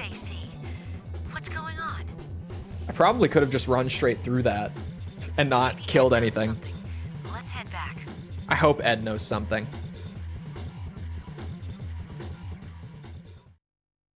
What a pleasant surprise to be playing this much Last Raven today. That was an S. I'll take it. I'll take it. Wait, you said helps with ranks. Do I have to do ranks? Is that a thing? Pursued enemy MT and completed survey of facility. Jacko was encountered during mission. Based on what happened during the assignment, I think it's fair to say that Jacko was trying to get a feel for your capabilities. You could have been in a lot of trouble had he decided to attack. I wonder why he didn't take the opportunity. I could be useful.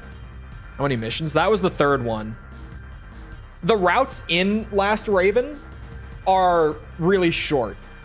Like, just in terms of the number of missions per route. It does kind of balance out the whole 6 routes thing. Well then, you know, if you're doing a more difficult one, the difficulty will balance out the smaller number of missions because it'll take a while just for that.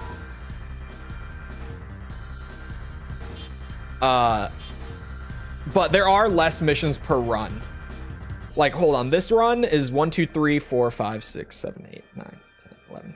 This first route is only 12 missions long that we're doing. And we've already done 3. Nothing requires S rank. Or sorry, nothing required to S rank the entire game. Like, not even percentage this time around. Because that would be nice to not have to do it. I saw on the spreadsheet that some parts are just like, yeah, get S rank on the mission. But... oh man, some of the hidden parts have multiple missions that you have to do certain things on. Wow, okay. That's crazy. Get there when we get there.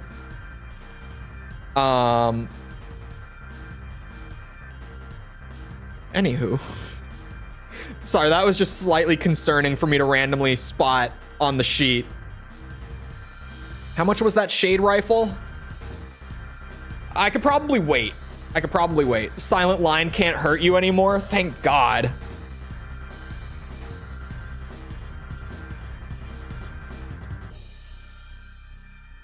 Gets crazier in portable. Yeah, I don't want to play portable. I know that some people swear by the portable AC games, but it seems like even though they do have a little more content, the PS2 versions are just like more enjoyable on the whole. I never once tried to 100% Last Raven, only ever did 2 routes. If I don't have to S rank and everything, it'll probably be easier than Silent Line for 100%. Who knows? It might not be. But I don't expect it to be as bad as Silent Line, currently at least. Like from what I'm looking at right now, I think we'll be fine. Okay, so for the core, I guess, like the big thing here. First of all, my leg parts. What manufacturer are you? You're Crest. Okay. Theming is important, chat. As much as min-maxing is important, theming is also important. I've already started going for a Crest AC.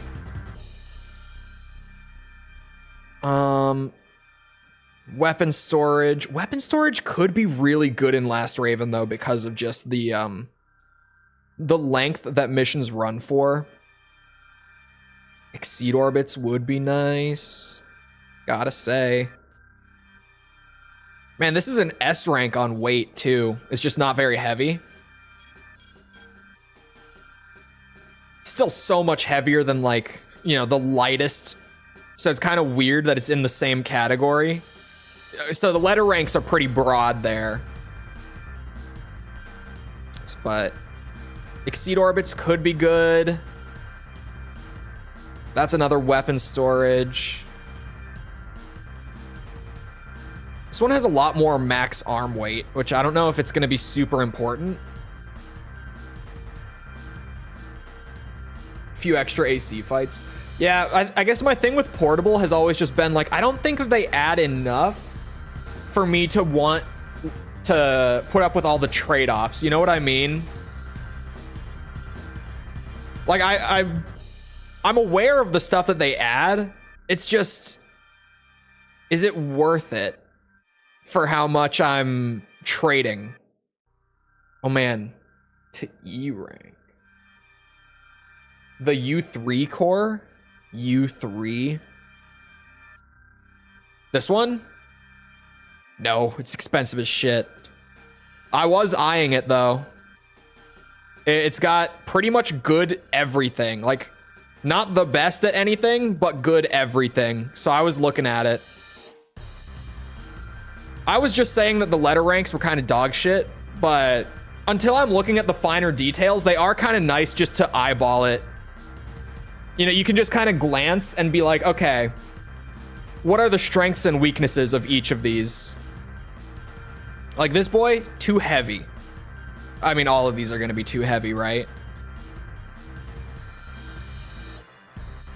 Or was the U3? It's a little on the heavier side, but probably worth it.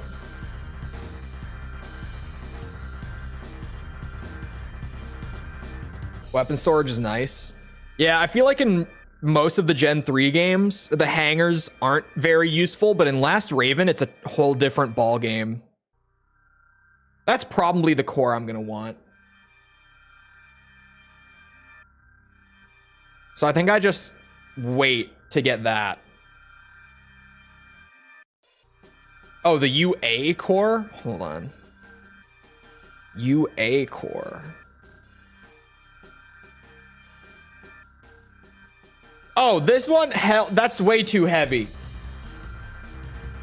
That boy is way too heavy. Wait. 1245? Hold on. It's not that much heavier, actually.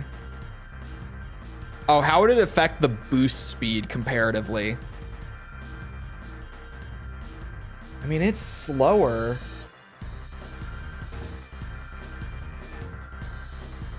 UA is OP as shit.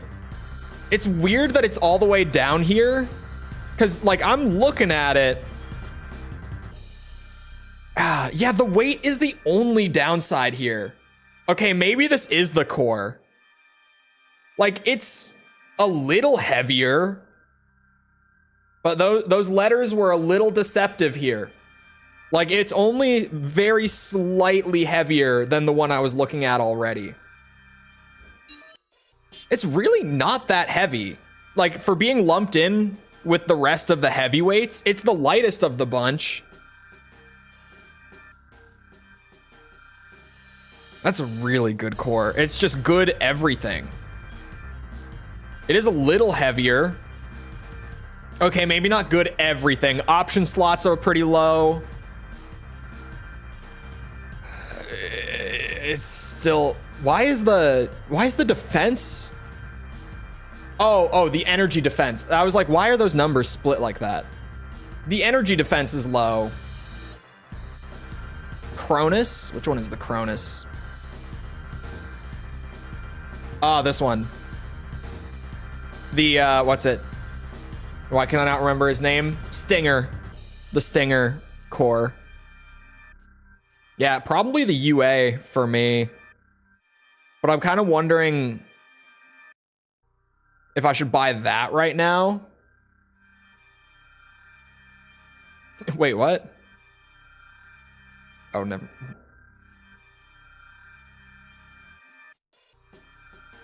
My defense would go down? Oh, because my energy defense would go down, I guess.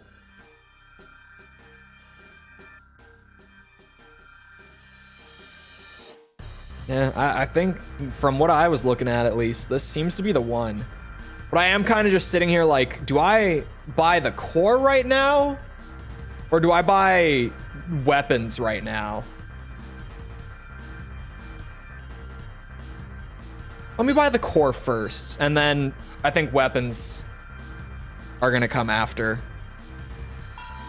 in this case.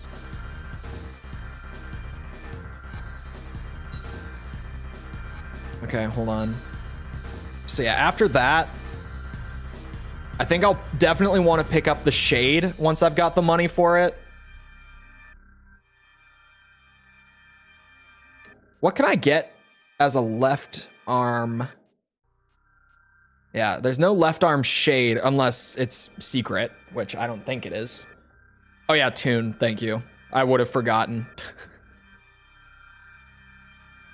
In terms of energy rifles,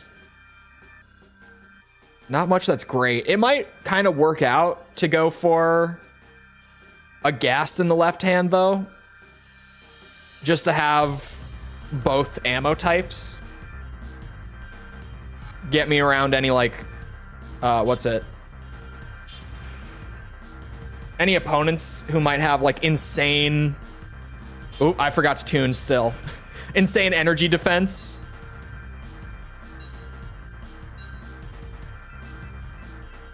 Give him the old 50-50. Actually, I'm getting so little out of the shell defense. No,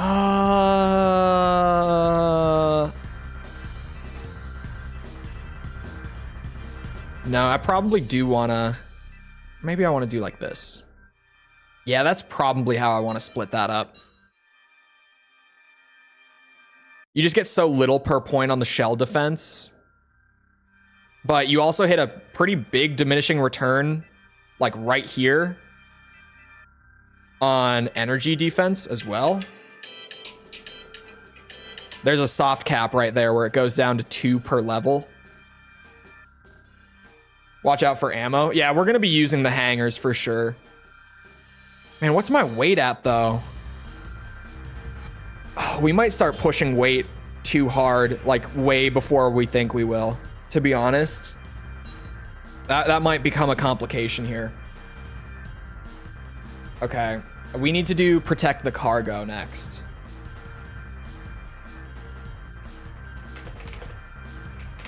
Which does have a hidden part. Also, I need to save with all the build changes. hidden in the east side of the map behind where you start, surrounded by a bunch of mines.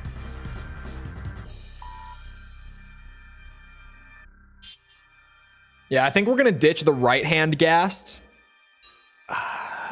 I'm probably not gonna sell it. It's probably good just to keep it. You never know. This mission request involves an Alliance transport aircraft that crashed in the desert. It was most likely shot down by someone looking to get their hands on its cargo. One of our transport aircraft experienced mechanical problems during a top-secret mission and crashed in the Garab Desert. We've lost all contact. That's bad. The cargo the transport was carrying is extremely valuable, and there are those who would go to any lengths to recover it. Unknown aircraft have already been reported entering the region. Oh, that's also bad. Head to the crash site and eliminate any who attempt to retrieve the cargo. Please note, the transport was also carrying a large shipment of explosives that were probably scattered in the crash. Maneuver with care. Under no circumstances should any of the cargo be destroyed. Use discretion when choosing targets. Any? Under no circumstances should any be destroyed, you said? Man, we're already kind of looking like a big, bulky boy. We might need some heavier legs. I don't know. Or we could probably get around it with some leg weight tuning. Okay, on the east side, surrounded by mines. I could swipe up a part real quick. Should be worth it. Again, just having extra parts to choose from, or even to sell off. Like, they're not going to be used if I never touch them, right? Okay, what's the east side of the map? It's all relative. Oh, never mind. East would be to my left.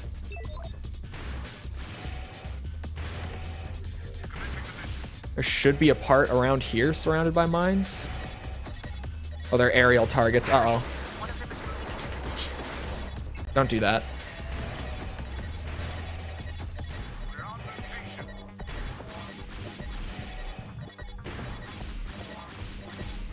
Oh, it's inside of something? Didn't mention that in the spreadsheet. Target approaching. Inside of what? Wait, what? Oh, it's over in that direction. The fuck? How did I read the compass wrong? Uh-oh. No, you put that down, you bitch. I was looking in the wrong area. Heavy legs are surprisingly mobile. Oh, I know. Anyone remember the speed demon that I made when I did the review? I highlighted that build just because it was so wacky in the video. I did a heavyweight biped build that I got up to like, I think it was like 540 boost speed or something just by underweighting.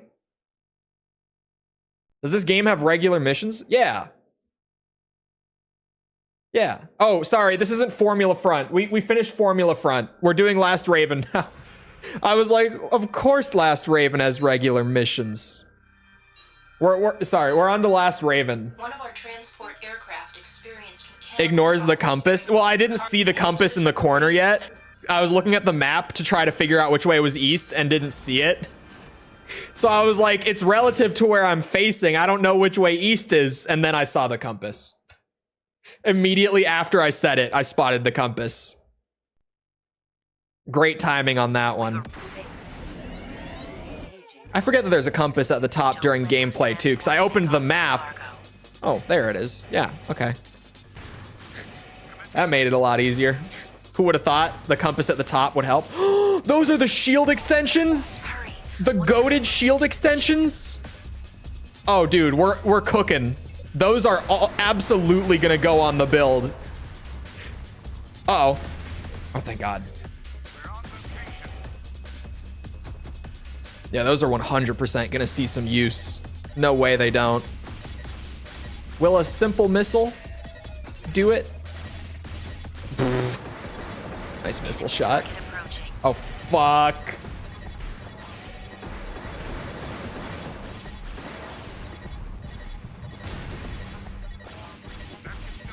Well.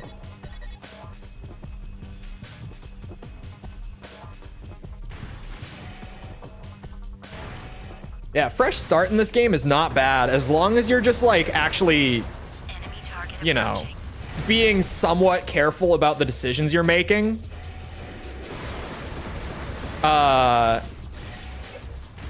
Fresh start in Last Raven is actually very viable. It's not even that challenging unless you go into like the path that starts you with an AC fight in the first mission. Like if you're doing that, that's a whole different story.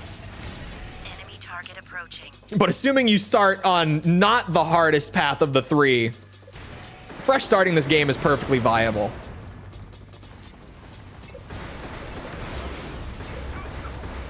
Like I wouldn't even say it's that much harder than fresh starting the average AC expansion. A little harder. You just have to like think about decisions before you start making them. Target approaching. Like you can't just start throwing your money around because of the used parts and all that. You have to be a little tactical with it. Fuck. That's gonna get it. The cargo was destroyed. Machine gun accuracy. Mission failed. System. So I can tell the difference purging weapons and extensions. Sorry, Raven. Ah, I see, I see. There's a mission in Another Age where you have to use the compass. There is? Which one? Which Another Age mission? I don't remember that.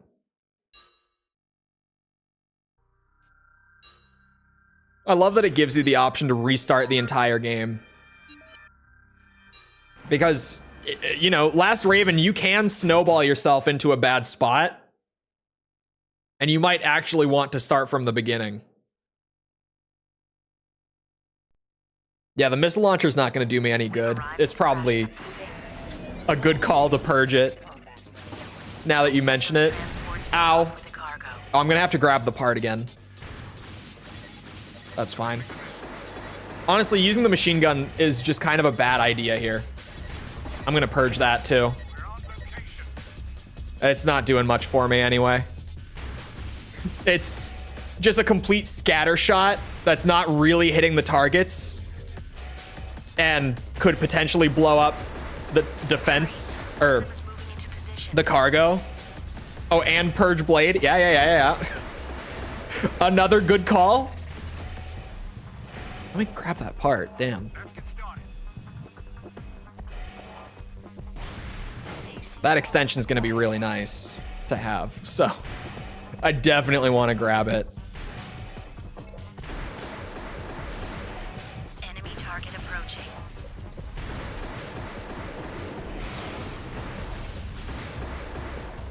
Just a boy and his gas rifle. Whoever needed anything more.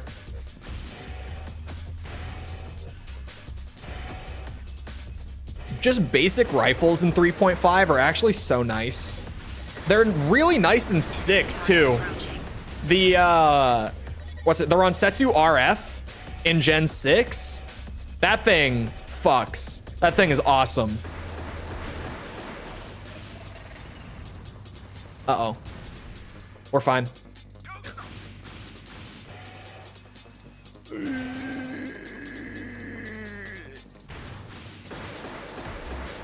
The big thing that's killing me here is the speed. Enemy target approaching. Oh my god. Okay, we missed a lot there.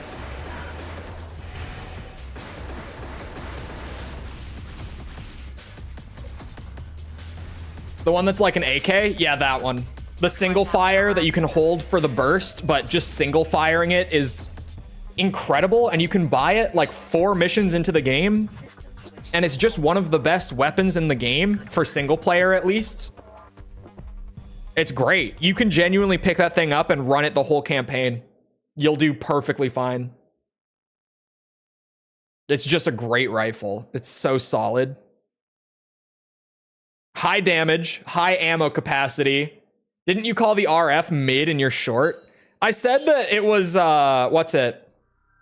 I said that it was good, but later on you'll probably want a better weapon, which like, if you're going for the best weapons in terms of damage or like stagger, then yeah, you don't want the RF. But for like the all-around dependability of it, you can run that thing the whole fucking game and be perfectly fine. I also... was it the Ronsetsus that I mixed up, or was it the linear rifles where I got the name wrong on one of them in the short? Was that the Ronsetsus? That happened with one of them that I did a short on, where I actually got the name wrong. So I ended up calling the better one the worse one by mistake because of it. I think it was either the Ronsetsus or one of the two linear rifles. I don't remember. It might have been the Curtis and the Harris that I mixed up. I don't recall. Crash site secured and cargo successfully protected from those attempting to steal it. It seems Alliance is quite impressed with your recent performance. Of course they are. Only took me like 3 tries. Garnering this type of attention isn't necessarily a bad thing, but if Vertex and their allies learn about it, you'll quickly make it into their hit list. Onto their hit list, my bad. Don't let your guard down. The chargeable weapons in 6 feel odd sometimes due to the fact that you nearly never use the charge on them. Yeah, the Ronsetsu RF is one of those that's like, just don't charge it. There's really not a reason to. The single fire is where it's at.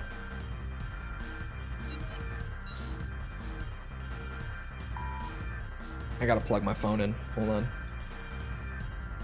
Forget about the Raven lists. Where is that? Oh, information. Here we are.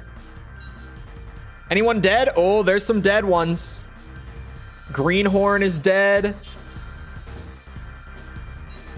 Shade is dead. Principal is dead. He was an Alliance AC. Damn. Zubin El Janubi is dead? Crazy name. So far, no Vertex pilots are dead. 1 Alliance pilot is dead. That's bad. You really charge every time you use it as the pile bunker, be honest. The chainsaw. If we're including melee, the chainsaw. Molly Coddle? That's another crazy name.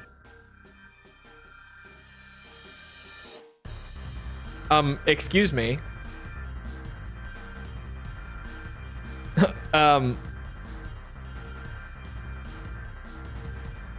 That AC looks familiar.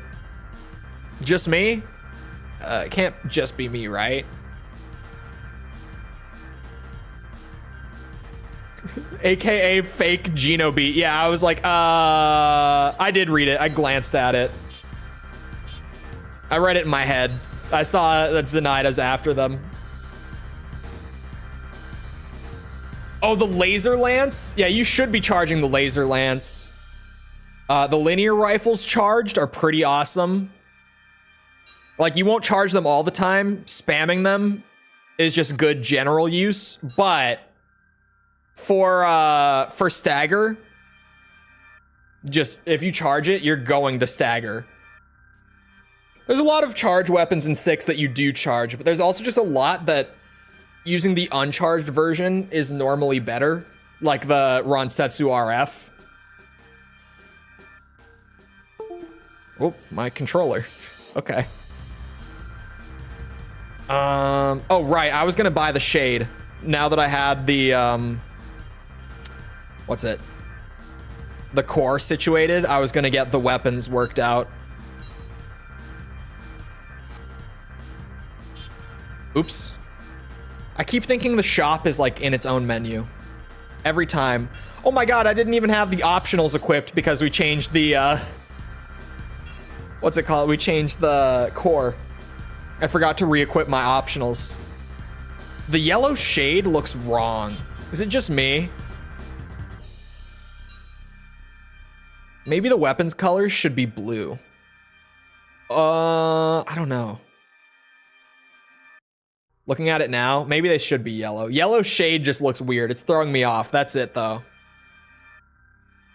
Yeah, gold member. We'll just stick to the theme. We'll just stick to it.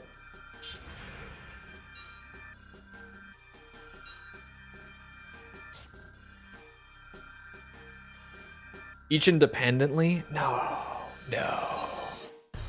Although blue shade with everything else could work. Now, yeah, hold on. The reason they're all yellow is just to stick with the gold member theme, but the shade being yellow is really odd. I don't know why it looks so weird to me, but it does.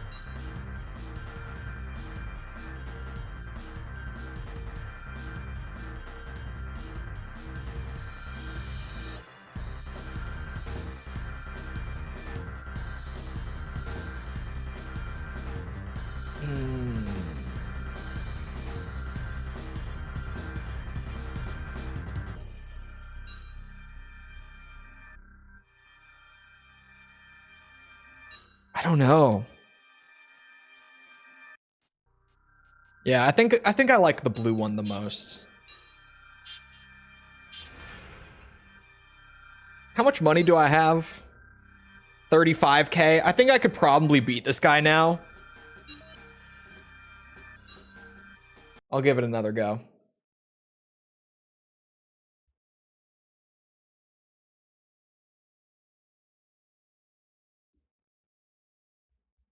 We give it another go.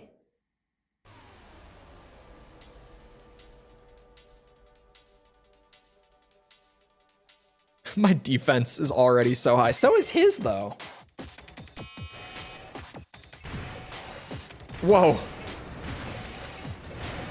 That shot went to the moon.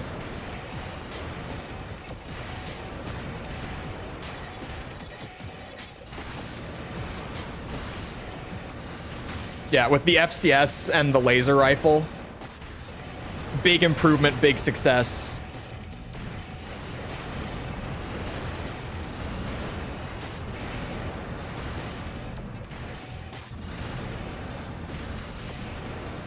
AC fights in Last Raven freak me out, man.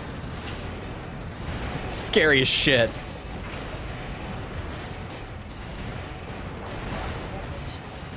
You bitch. Ooh, way too far.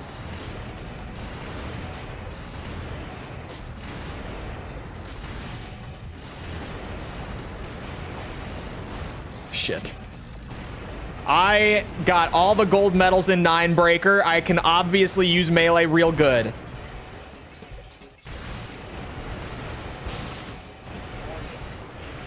That was better. Shit. There we go.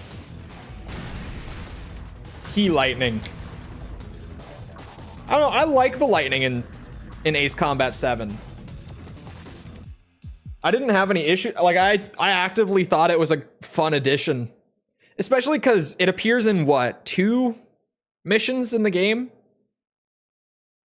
Like for something that's just a gimmick that pops up like twice, it's hard to be mad at it.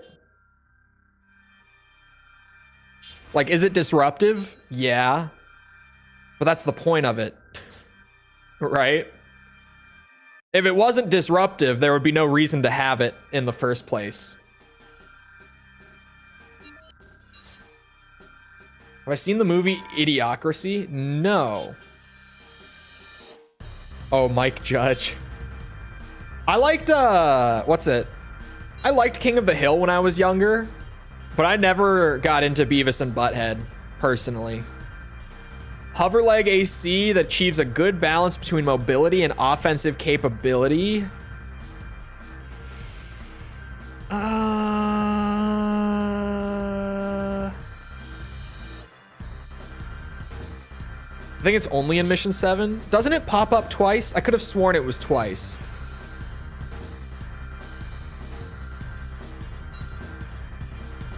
There's got to be a second time. I swear. That's 70K. Jesus.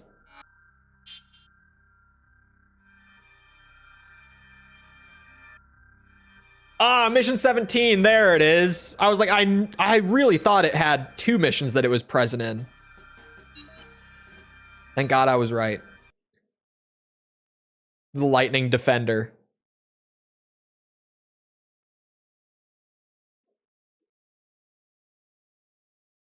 Transformed from satire to documentary, like the Metal Gear Solid games.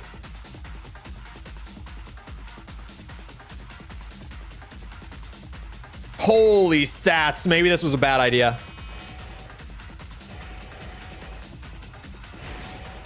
How's your missile defense? Not great from the looks of it. Holy zippy hover build though.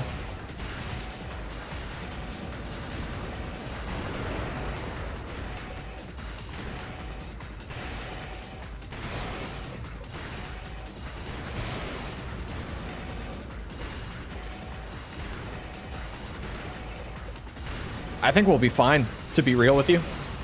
I was worried when I saw those stats, but suddenly I'm not so worried anymore. Couldn't tell you why, but I'm not.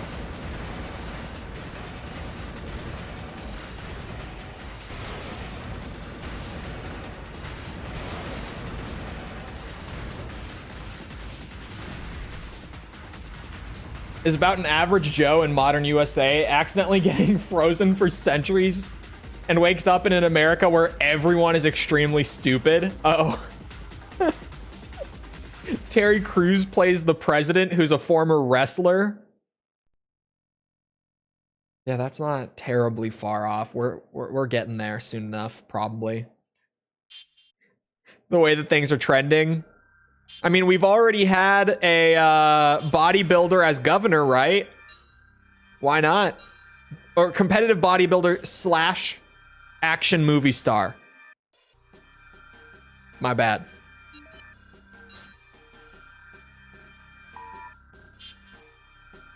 I've not played Armored Core is like the only mech game that I've ever gotten into. Not like because I don't like other mech games, just lack of exposure. I've never really played other mech games.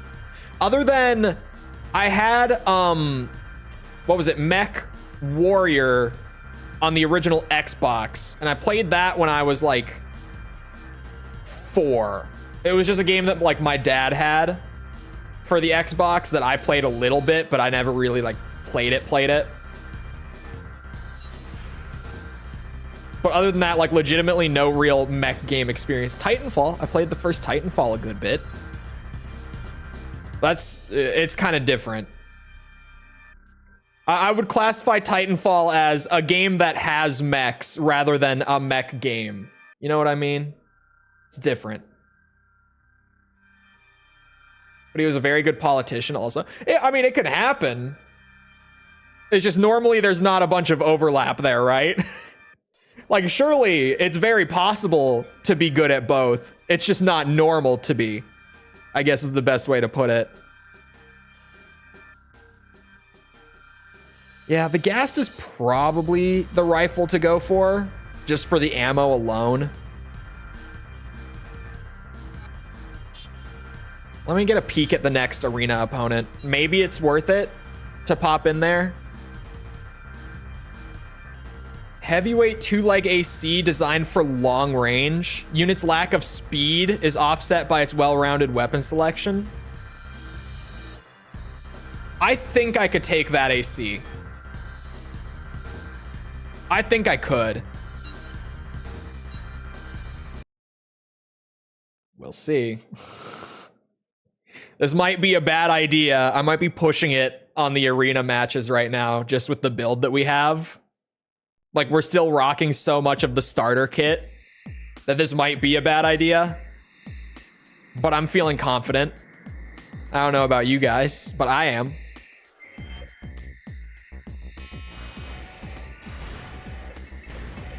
Lack of mobility, and he's already doing more flying than like any opponent I've seen so far. I might want to hang back, actually. Those exceed orbits scare me. I don't want to push those.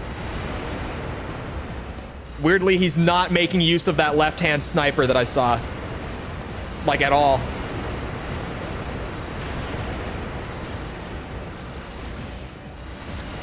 You know, you can have a great build and then give it the shittiest AI and this happens.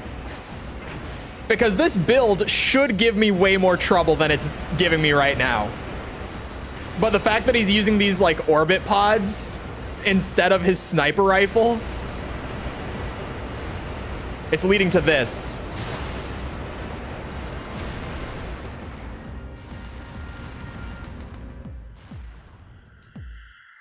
Based on a tabletop game with as much background lore as Warhammer 40k. Oh. So I'm gonna need to get a degree in the lore before I do a video.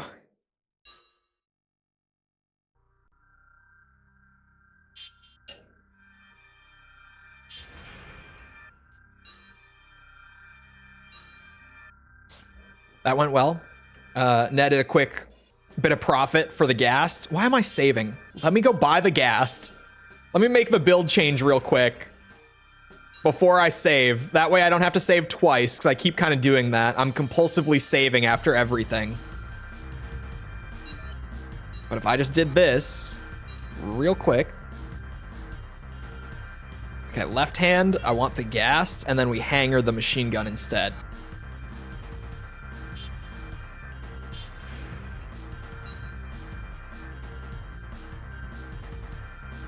Dogram? Dougram? Dogram? Doe. Probably, right?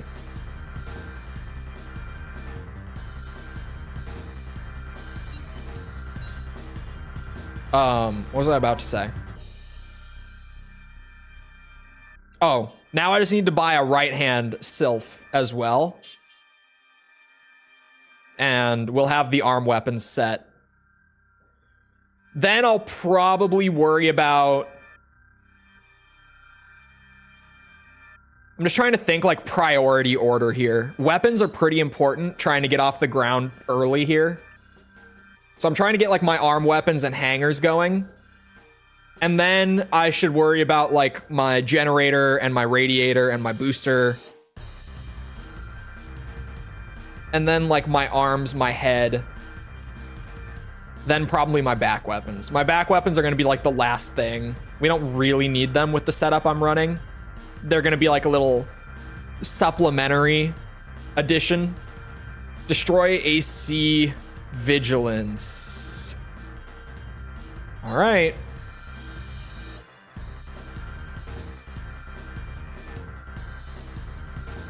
Oh, wait.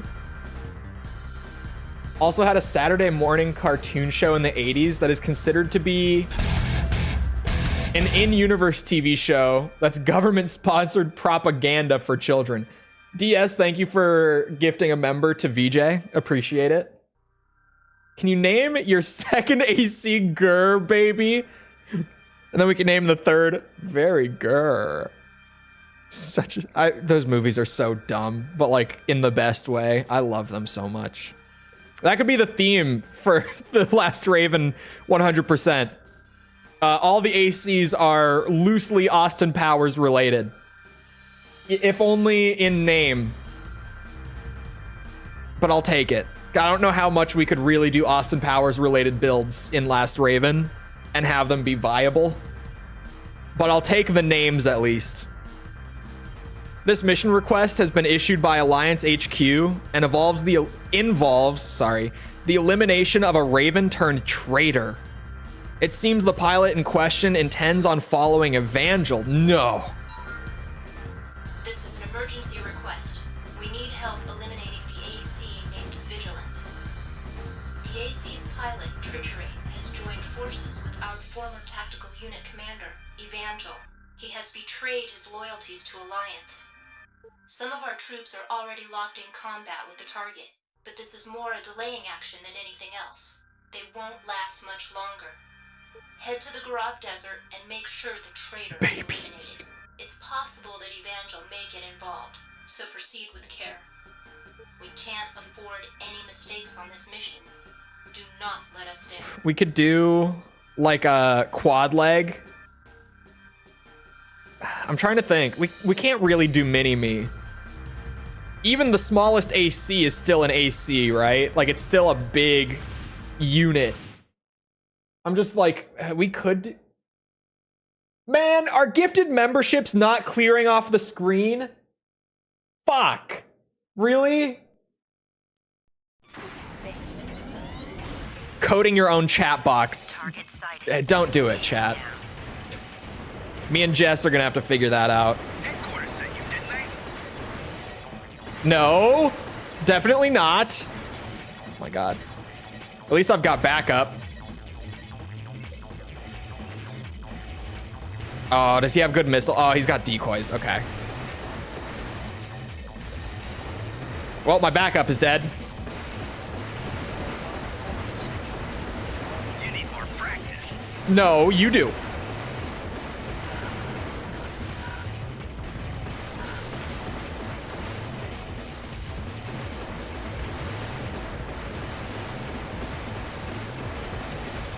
Really wish I could see his AP right now.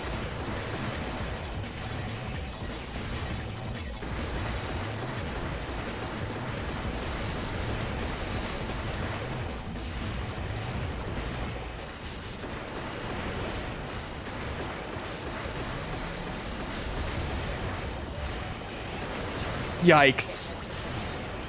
Oh no, no, no, no, no. No, this can't be.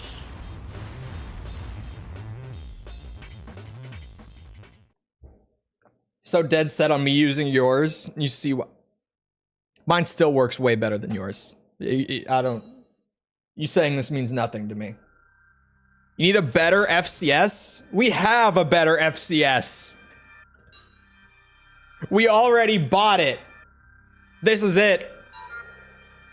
This is an emergency request. I just need to not have such a skill issue.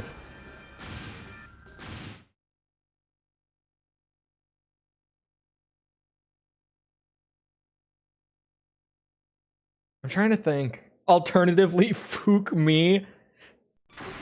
I do say fuck me a lot when I panic. It's just a common thing for me to call out. Take it down. It's really fun living with me, by the way. Quarter sent you, didn't they? Just in case anyone was wondering in relation to that. It's a great time.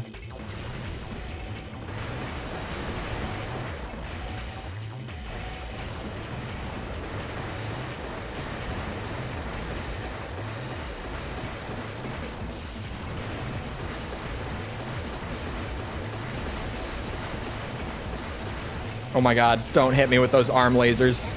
Ow, what did I just tell you to do? My energy defense is not good. So I would appreciate it if you didn't do that. Fucker.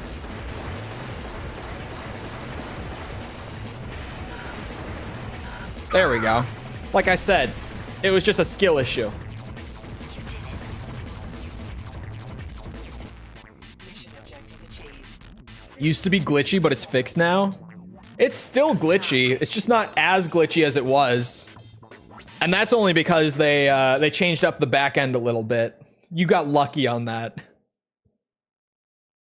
Yeah, booster generator and radiator all need an upgrade right now. Oh, I didn't even check for hidden parts on that one. I forgot. What's that mission called? Destroy AC Vigilance? Okay, it's just you get Moonlight for completing the mission, which is actually kind of goated, in all honesty. Targeted Raven Tri-Turret located and eliminated in Garav Desert. Fuck, how do you read that word? Tricherit. Tricherit? Tricherit. Tricherit was actively involved with the Alliance tactical unit for a long time. It seems he fell out of favor with HQ once he decided to follow in Evangel's footsteps. Things are growing more complicated with the passing of every hour. I wonder what else awaits us. I wonder. Tricherit. Killed his ass. Oh my god. I haven't been reading my mail. I only just realized, oh fuck, I feel dumb. I've gotten so caught up in like all the management of the build and everything.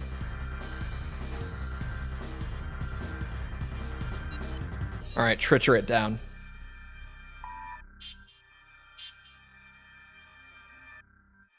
Hold on. Manju's not the best in versus ECM though. Oh, I'm not using Manju. I'm using Koku. Koka? Koku, I think.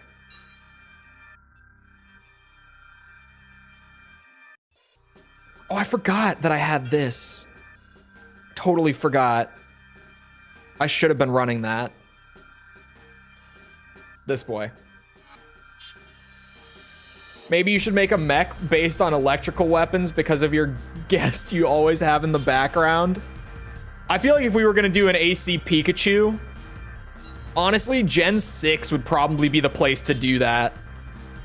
With like plasma weapons and stuff, we could really make the theming go hard on that one. All right, let me catch up on this mail I've been neglecting to read.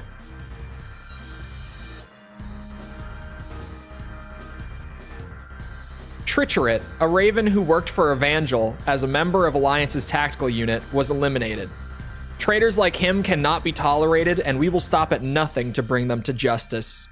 Evangel will soon meet the same fate as his friend. I like the little intros. Evangel's defection has really stirred things up at headquarters. All of their attention is focused on cleaning up the traitors.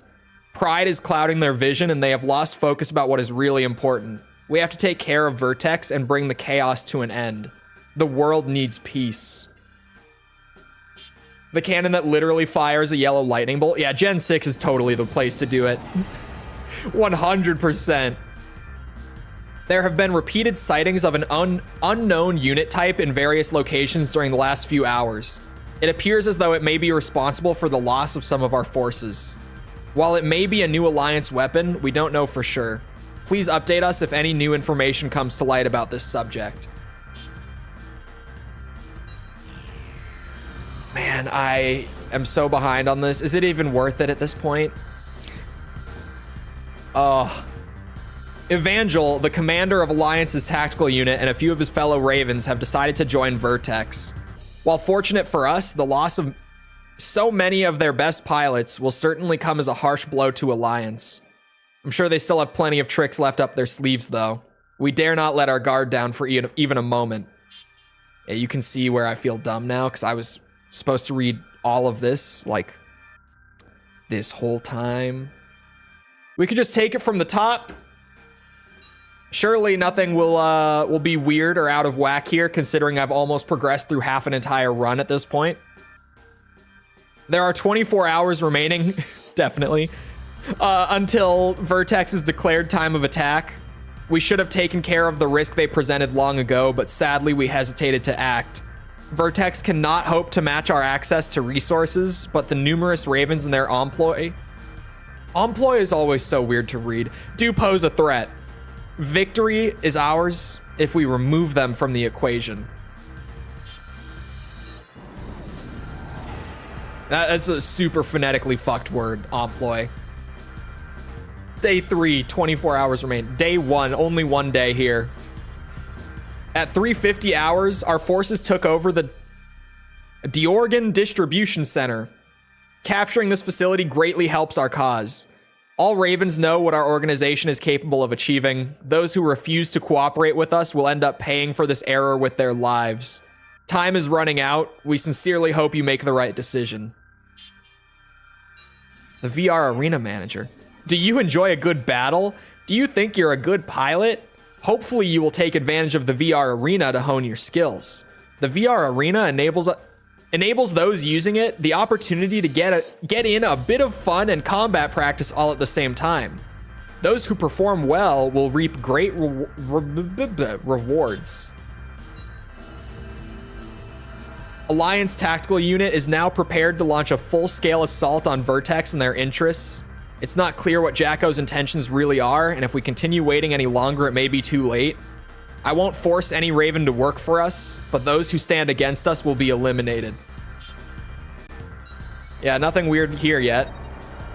There she is, Zenaida herself. When I take on a job, I don't like leaving any loose ends. I have never failed a mission assignment given to me until now.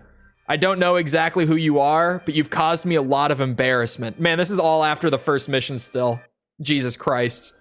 No one shames me and gets away with it. You'd better keep an eye on your back, because next time you look, I'll be there. Oh. Oh, I thought for a second there was a typo in there. I just misread it. The Alliance organization was formed by a group of corporate executives bent on controlling the world and forcing others to do their bidding. The resources available to us pale in comparison to what Alliance has, but it is through the strength of our ravens that we will prevail. We must strike out at those who would suppress us. Zenaida to balls with a Z. Balls with a Z. Don't forget it. When you say it out loud, you have to say it. When you type it, it's forgivable. But when you say it out loud, it's pronounced balls with a Z. I don't know who you... I don't know how you figured out that it was a trap. I guess you're smarter than I gave you credit for. Enjoy your life while you can. I'm not the only one who wants to see you dead. That's great. Hello, Genesis. Welcome. That was some amazing work you did.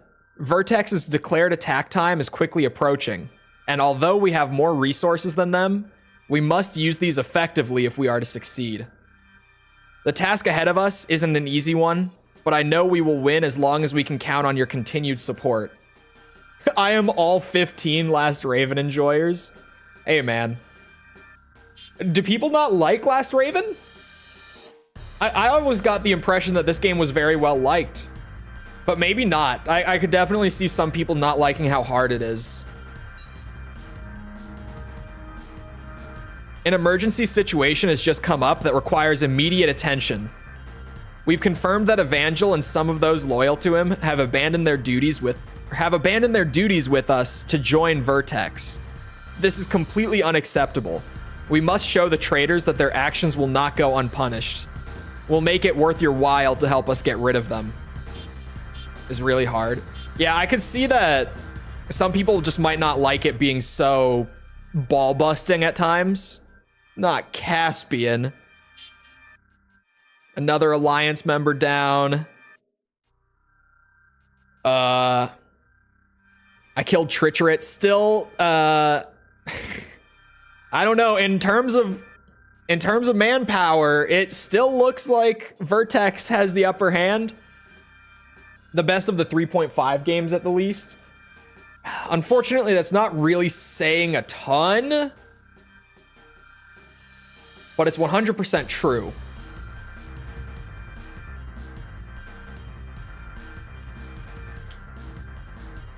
The fan base was kind of small at that point. So was it well liked before AC6 or not? In regards to that, which do you mean? Oh, not mission report, world report. I haven't checked in on in a minute. Oh man, I read all this on my review playthrough. I don't really think I'm gonna read all of it here, to be honest. It's so much. It's so much. How much money do I have right now? Oh, 128? I could do stuff with that. Like, first of all, I could buy myself another little machine gun for my right hanger.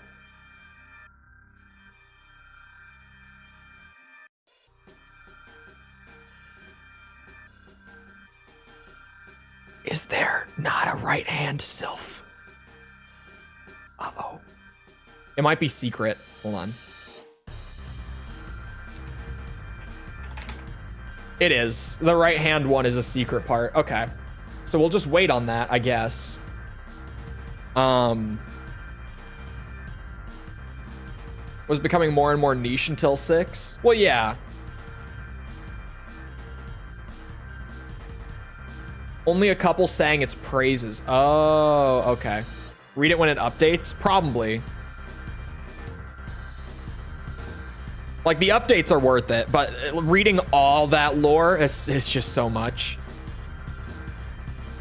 As updates happen, I'll definitely peek in there. Okay. So, man, we're kind of pushing it on weight already. We might just go G91. It's good. It's not the best at anything, but for like how much you get out of it, for what it weighs. The Ananda isn't available. And honestly, heat has not been a problem yet.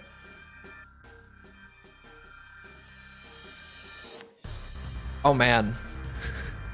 The booster options aren't great without hidden parts either. Birdie would probably be a good bet for a build like this.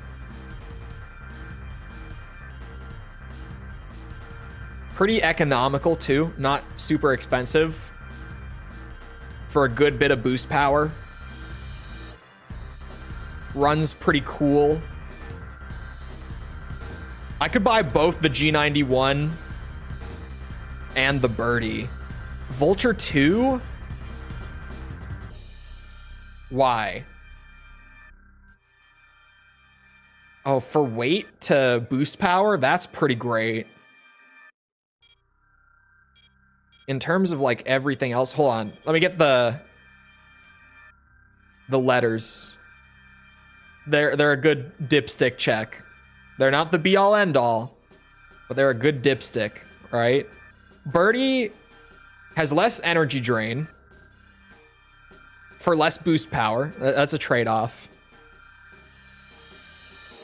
Vulture 2 has way better charge drain, but then the booster heat comparatively.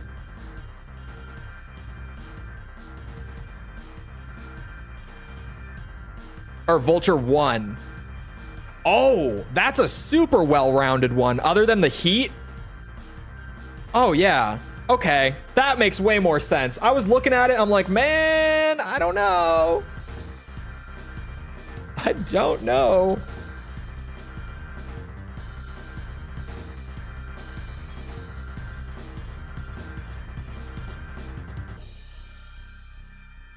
I might agree with you on that, actually.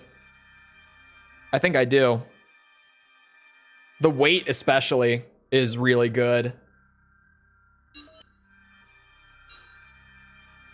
I don't think I can afford the G91 here, though. Yeah, we'll have to go do something. I could probably do an arena fight. Probably. Man, that brought my boost speed up a lot. I could get it up to 366. I'll just go with that. Even though I'm still running the stock radiator, Last Raven brought the heat down by so much that I genuinely have not had any heat issues so far.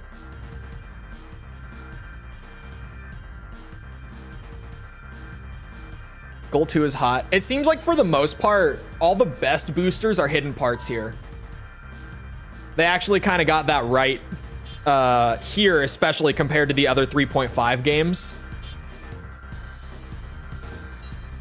Normally, I can get like the second best booster in the game just straight out of the shop, off rip.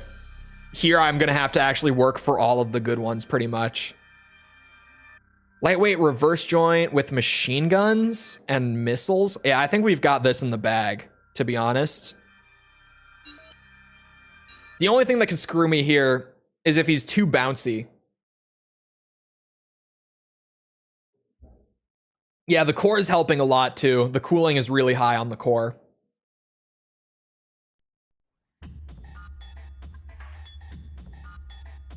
The music in this game is something, man.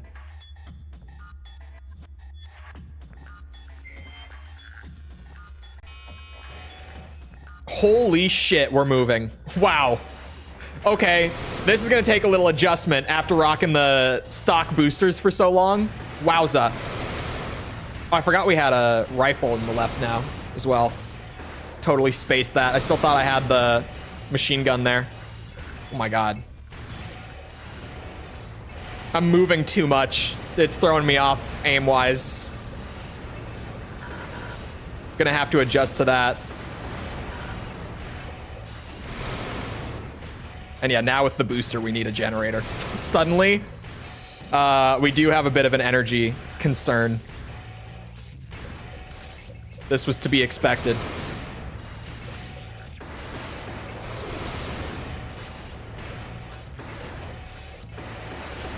Shit.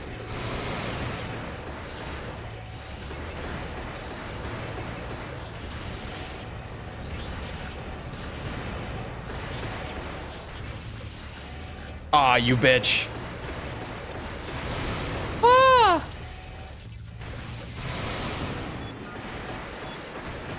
Come on.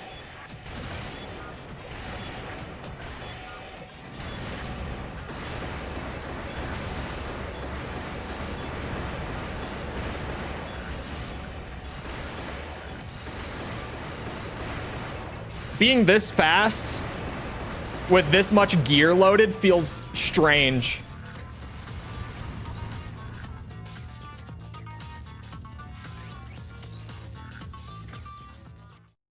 Uses a lot less power and is faster still. Might fix. We have the default generator. That's the energy issue.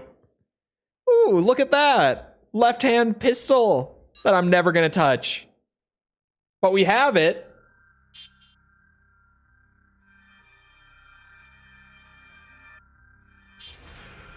Should I sell it? No, I should probably just collect the parts.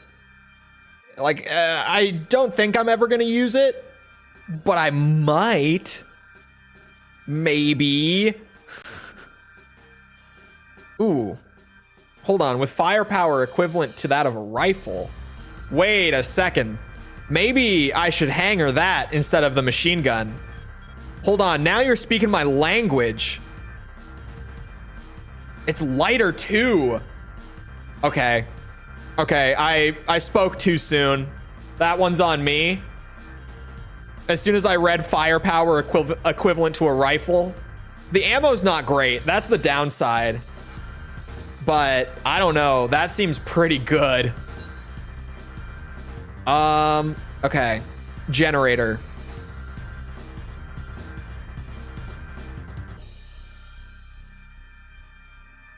Banned from being in hangar in Last Raven PvP. Really?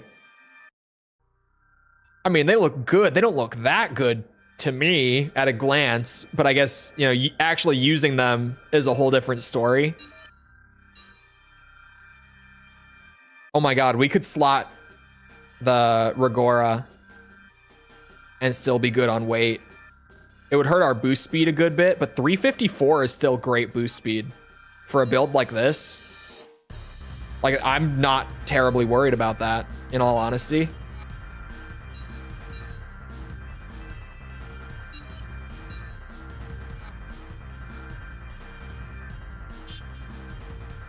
Okay, that should be pretty substantial changes. Words. Yeah. That came out right, definitely.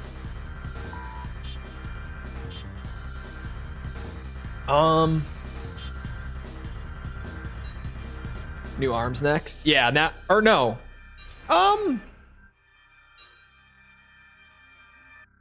Maybe. I was gonna get the radiator just to have my inside parts sorted, but I don't really need it.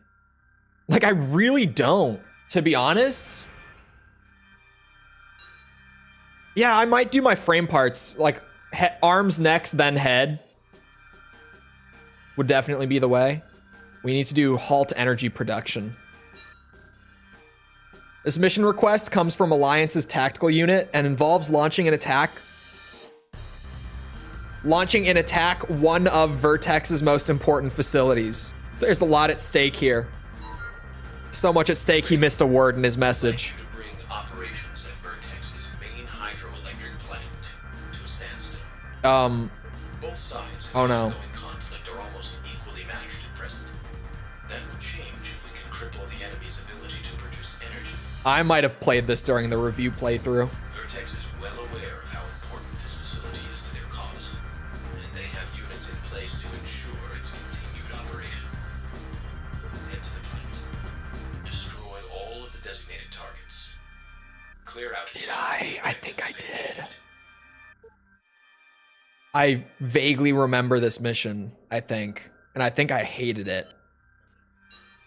Normally the missions I remember distinctly from like 9 months back are the bad ones, not the good ones. It's all the ones that I'm like, oh man, this mission fucking sucks. I might know this. Oh, maybe not. Hold on. There's one that I'm picturing that I think is this game because it's an older gen mission and I haven't run into it during the 100%. It's not this mission. It's not. It's like an outdoors one that's like in a ravine.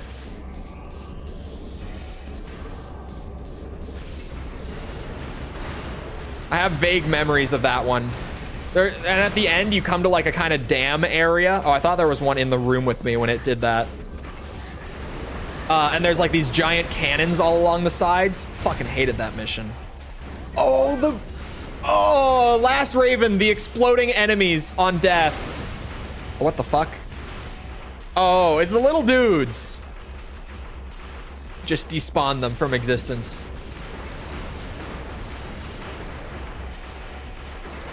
There we go. Left-hand weapon still awkward.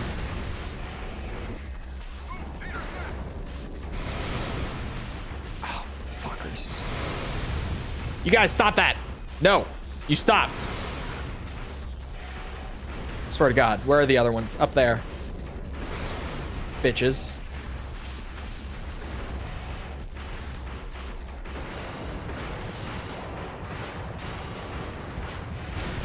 Paint the AC legs red with them. I like that they just actually despawn when you run over them. It's kind of funny. There's no like death effect or anything. They just actually pop out. At least when you stomp on them. Maybe if you shoot at them, it's different. It looked like there was like a little explosion or something when I shot at the ones up above. But when I'm running over them, there's actually just no like effects or anything. Please don't hurt me. Okay.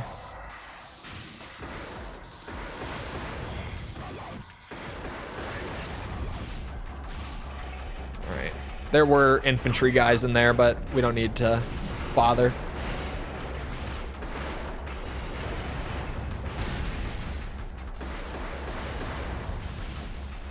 They do like 1 AP of damage per shot. All right, back up.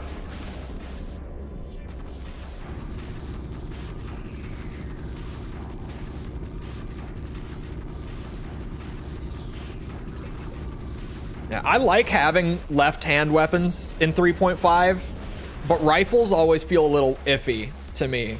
Just because of like the whole needing to ready it before it fires thing.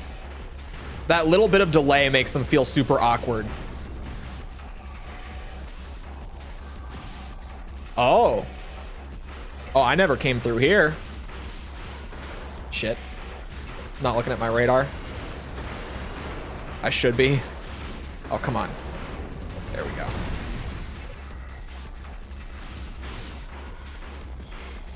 You know, my turn speed is kind of abysmal. I'm just now noticing. Did I come from this way? Oh, no. No, I didn't. I came from, like, the elevator shaft? Question mark.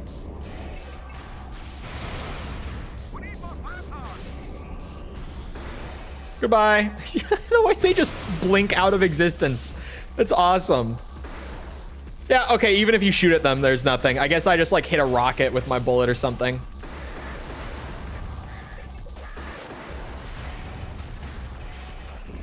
I might get lost on this map. Not gonna lie. I'm having a feeling that we are like on the brink of getting lost. We're just moments away from it. And he's lost. It's happening. Maybe. Not quite yet, but we, you know, if I'm not careful, we'll be there soon.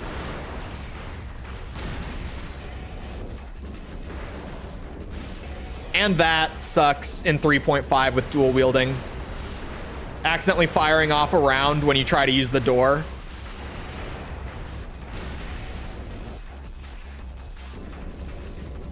Although that was just a thing in Gen 3 as well, wasn't it? It was the same button there too. I just never really dual wielded in 3.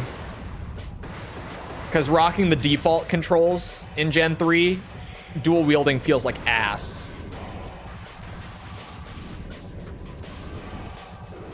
Oh. Okay, so there's a target somewhere. Did we start all the way at the bottom here? Hold on. I think we did. That's second floor, third floor. Yeah. So I must have missed a target down here. Wait, no. Because there's one, like, enemy still showing up on my radar. And he's up on this floor. So there's somewhere on this floor that I didn't go to. Oh, I didn't fly.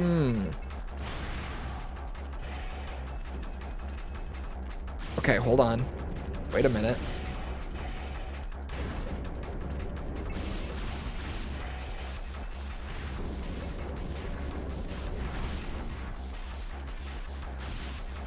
There's another lift. Of course there is. Bastards.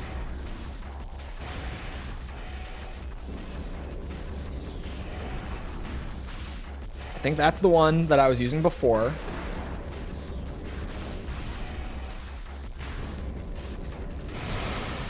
Oops.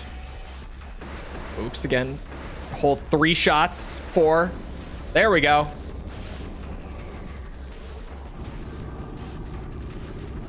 Up here, totally.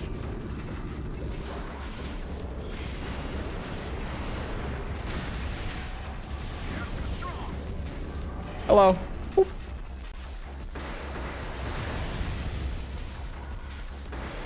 Get despawned, losers. Destroy actor. Objective achieved. There we Make your go. way back out. No. Alliance has an urgent request. Oh, it's a 2-parter? Oh, shit. They want We're doing help it with live. Transport landing.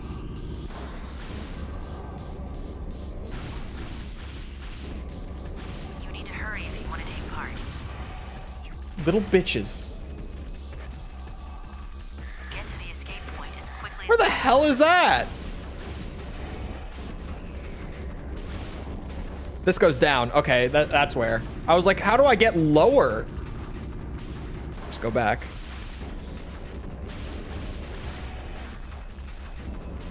We got all the time in the world. There's no time. We have to hurry. Rather unforgiving coming from you. Jumped from Silent Line to Last Raven.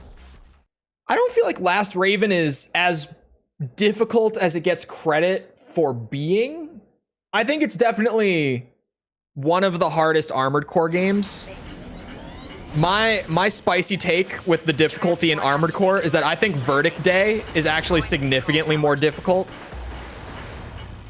At least playing it single player, for sure. I'm sure played in co-op, it wouldn't have been as bad. But definitely in single player, Verdict Day is, Utilizing in my opinion, way harder. more difficult. Shit. They are using ECM, aren't they? Oh boy. Eliminate all targets.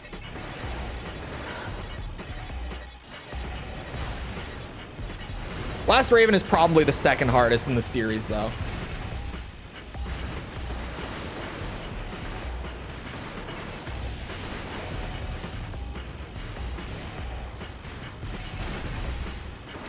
Oh, shit. Maybe I do want that radiator. Of course, the mission after, I'm like, you know, I don't really think I need it. Please, hurry. Working on it, man.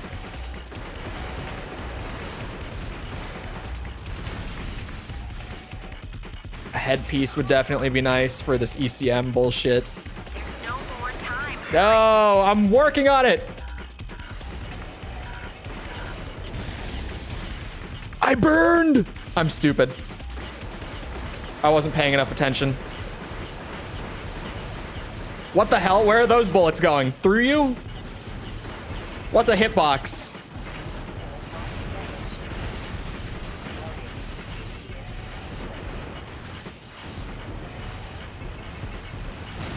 Uh-oh.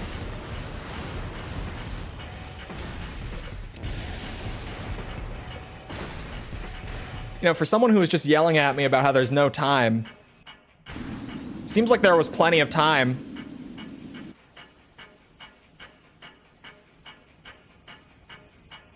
Oh, I thought it was gonna... Oh.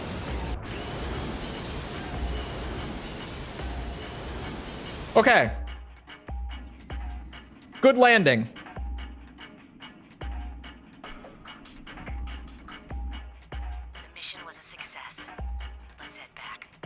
She was really on my shit when there was still like a good 30 seconds left. System switched to normal mode. Good job, Reef.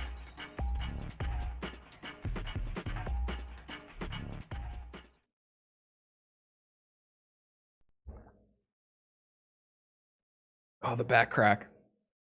I just twisted my back. A C rank. I also didn't look at the secret part list before that, did I? Luckily, there were no parts. Attack on Vertex's Seal hydroelectric plant was a success. Energy production halted. Carrying out 2 missions back-to-back is never easy, but the results that you managed to deliver were excellent. More and more of Vertex's key facilities are being seized by Alliance. The impact of these losses is sure to affect their declared attack plans. Beautiful. Declared attack launches in 10 hours. A lot does happen. Like, you definitely could have done like 72 hours, and this would have felt a lot more reasonable for just the amount of like plot developments and events in this game in a single run. It does feel kind of crazy for it to all be 24 hours. I think that's what they were going for. Was that like, oh my god, it all fell apart in one day. But man, so much happens that it's like, wow. 72 hours would have still felt kind of crazy, but way more believable. Anyway, it being a 2-parter put us a good bit over on time, but I hope you guys enjoyed. If you did enjoy and you haven't done so already, feel free to go ahead and leave a sub. Come back another time. We're doing this. We're doing Ace Combat 100%, Metal Gear 100%. I've been playing some stuff for fun, like Dragon Ball Z Kakarot. Just a couple games for the hell of it. We just hang out and we play games. Come back for any of it. I promise it's all good. All good stuff. Also, if you enjoyed, feel free to go ahead and leave a like. Helps out with algorithm and stuff. You probably know how this goes. If you're looking for links to anything outside of YouTube to engage with the community, check out links in the description. Things like Twitter, Discord server, whatever. They're down there. Pretty officially, Last Raven has beaten Nexus on the bracket for today. That I didn't really expect Nexus to win. Nexus made there was a good show for Nexus. 26% is not the worst. It's honestly kind of more than I thought. But anyway, we are doing losers bracket, so Nexus isn't out totally. It has a chance. It's just getting dropped down to losers bracket. That's all.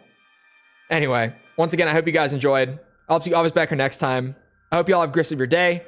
Thank you for coming to the stream, and goodbye.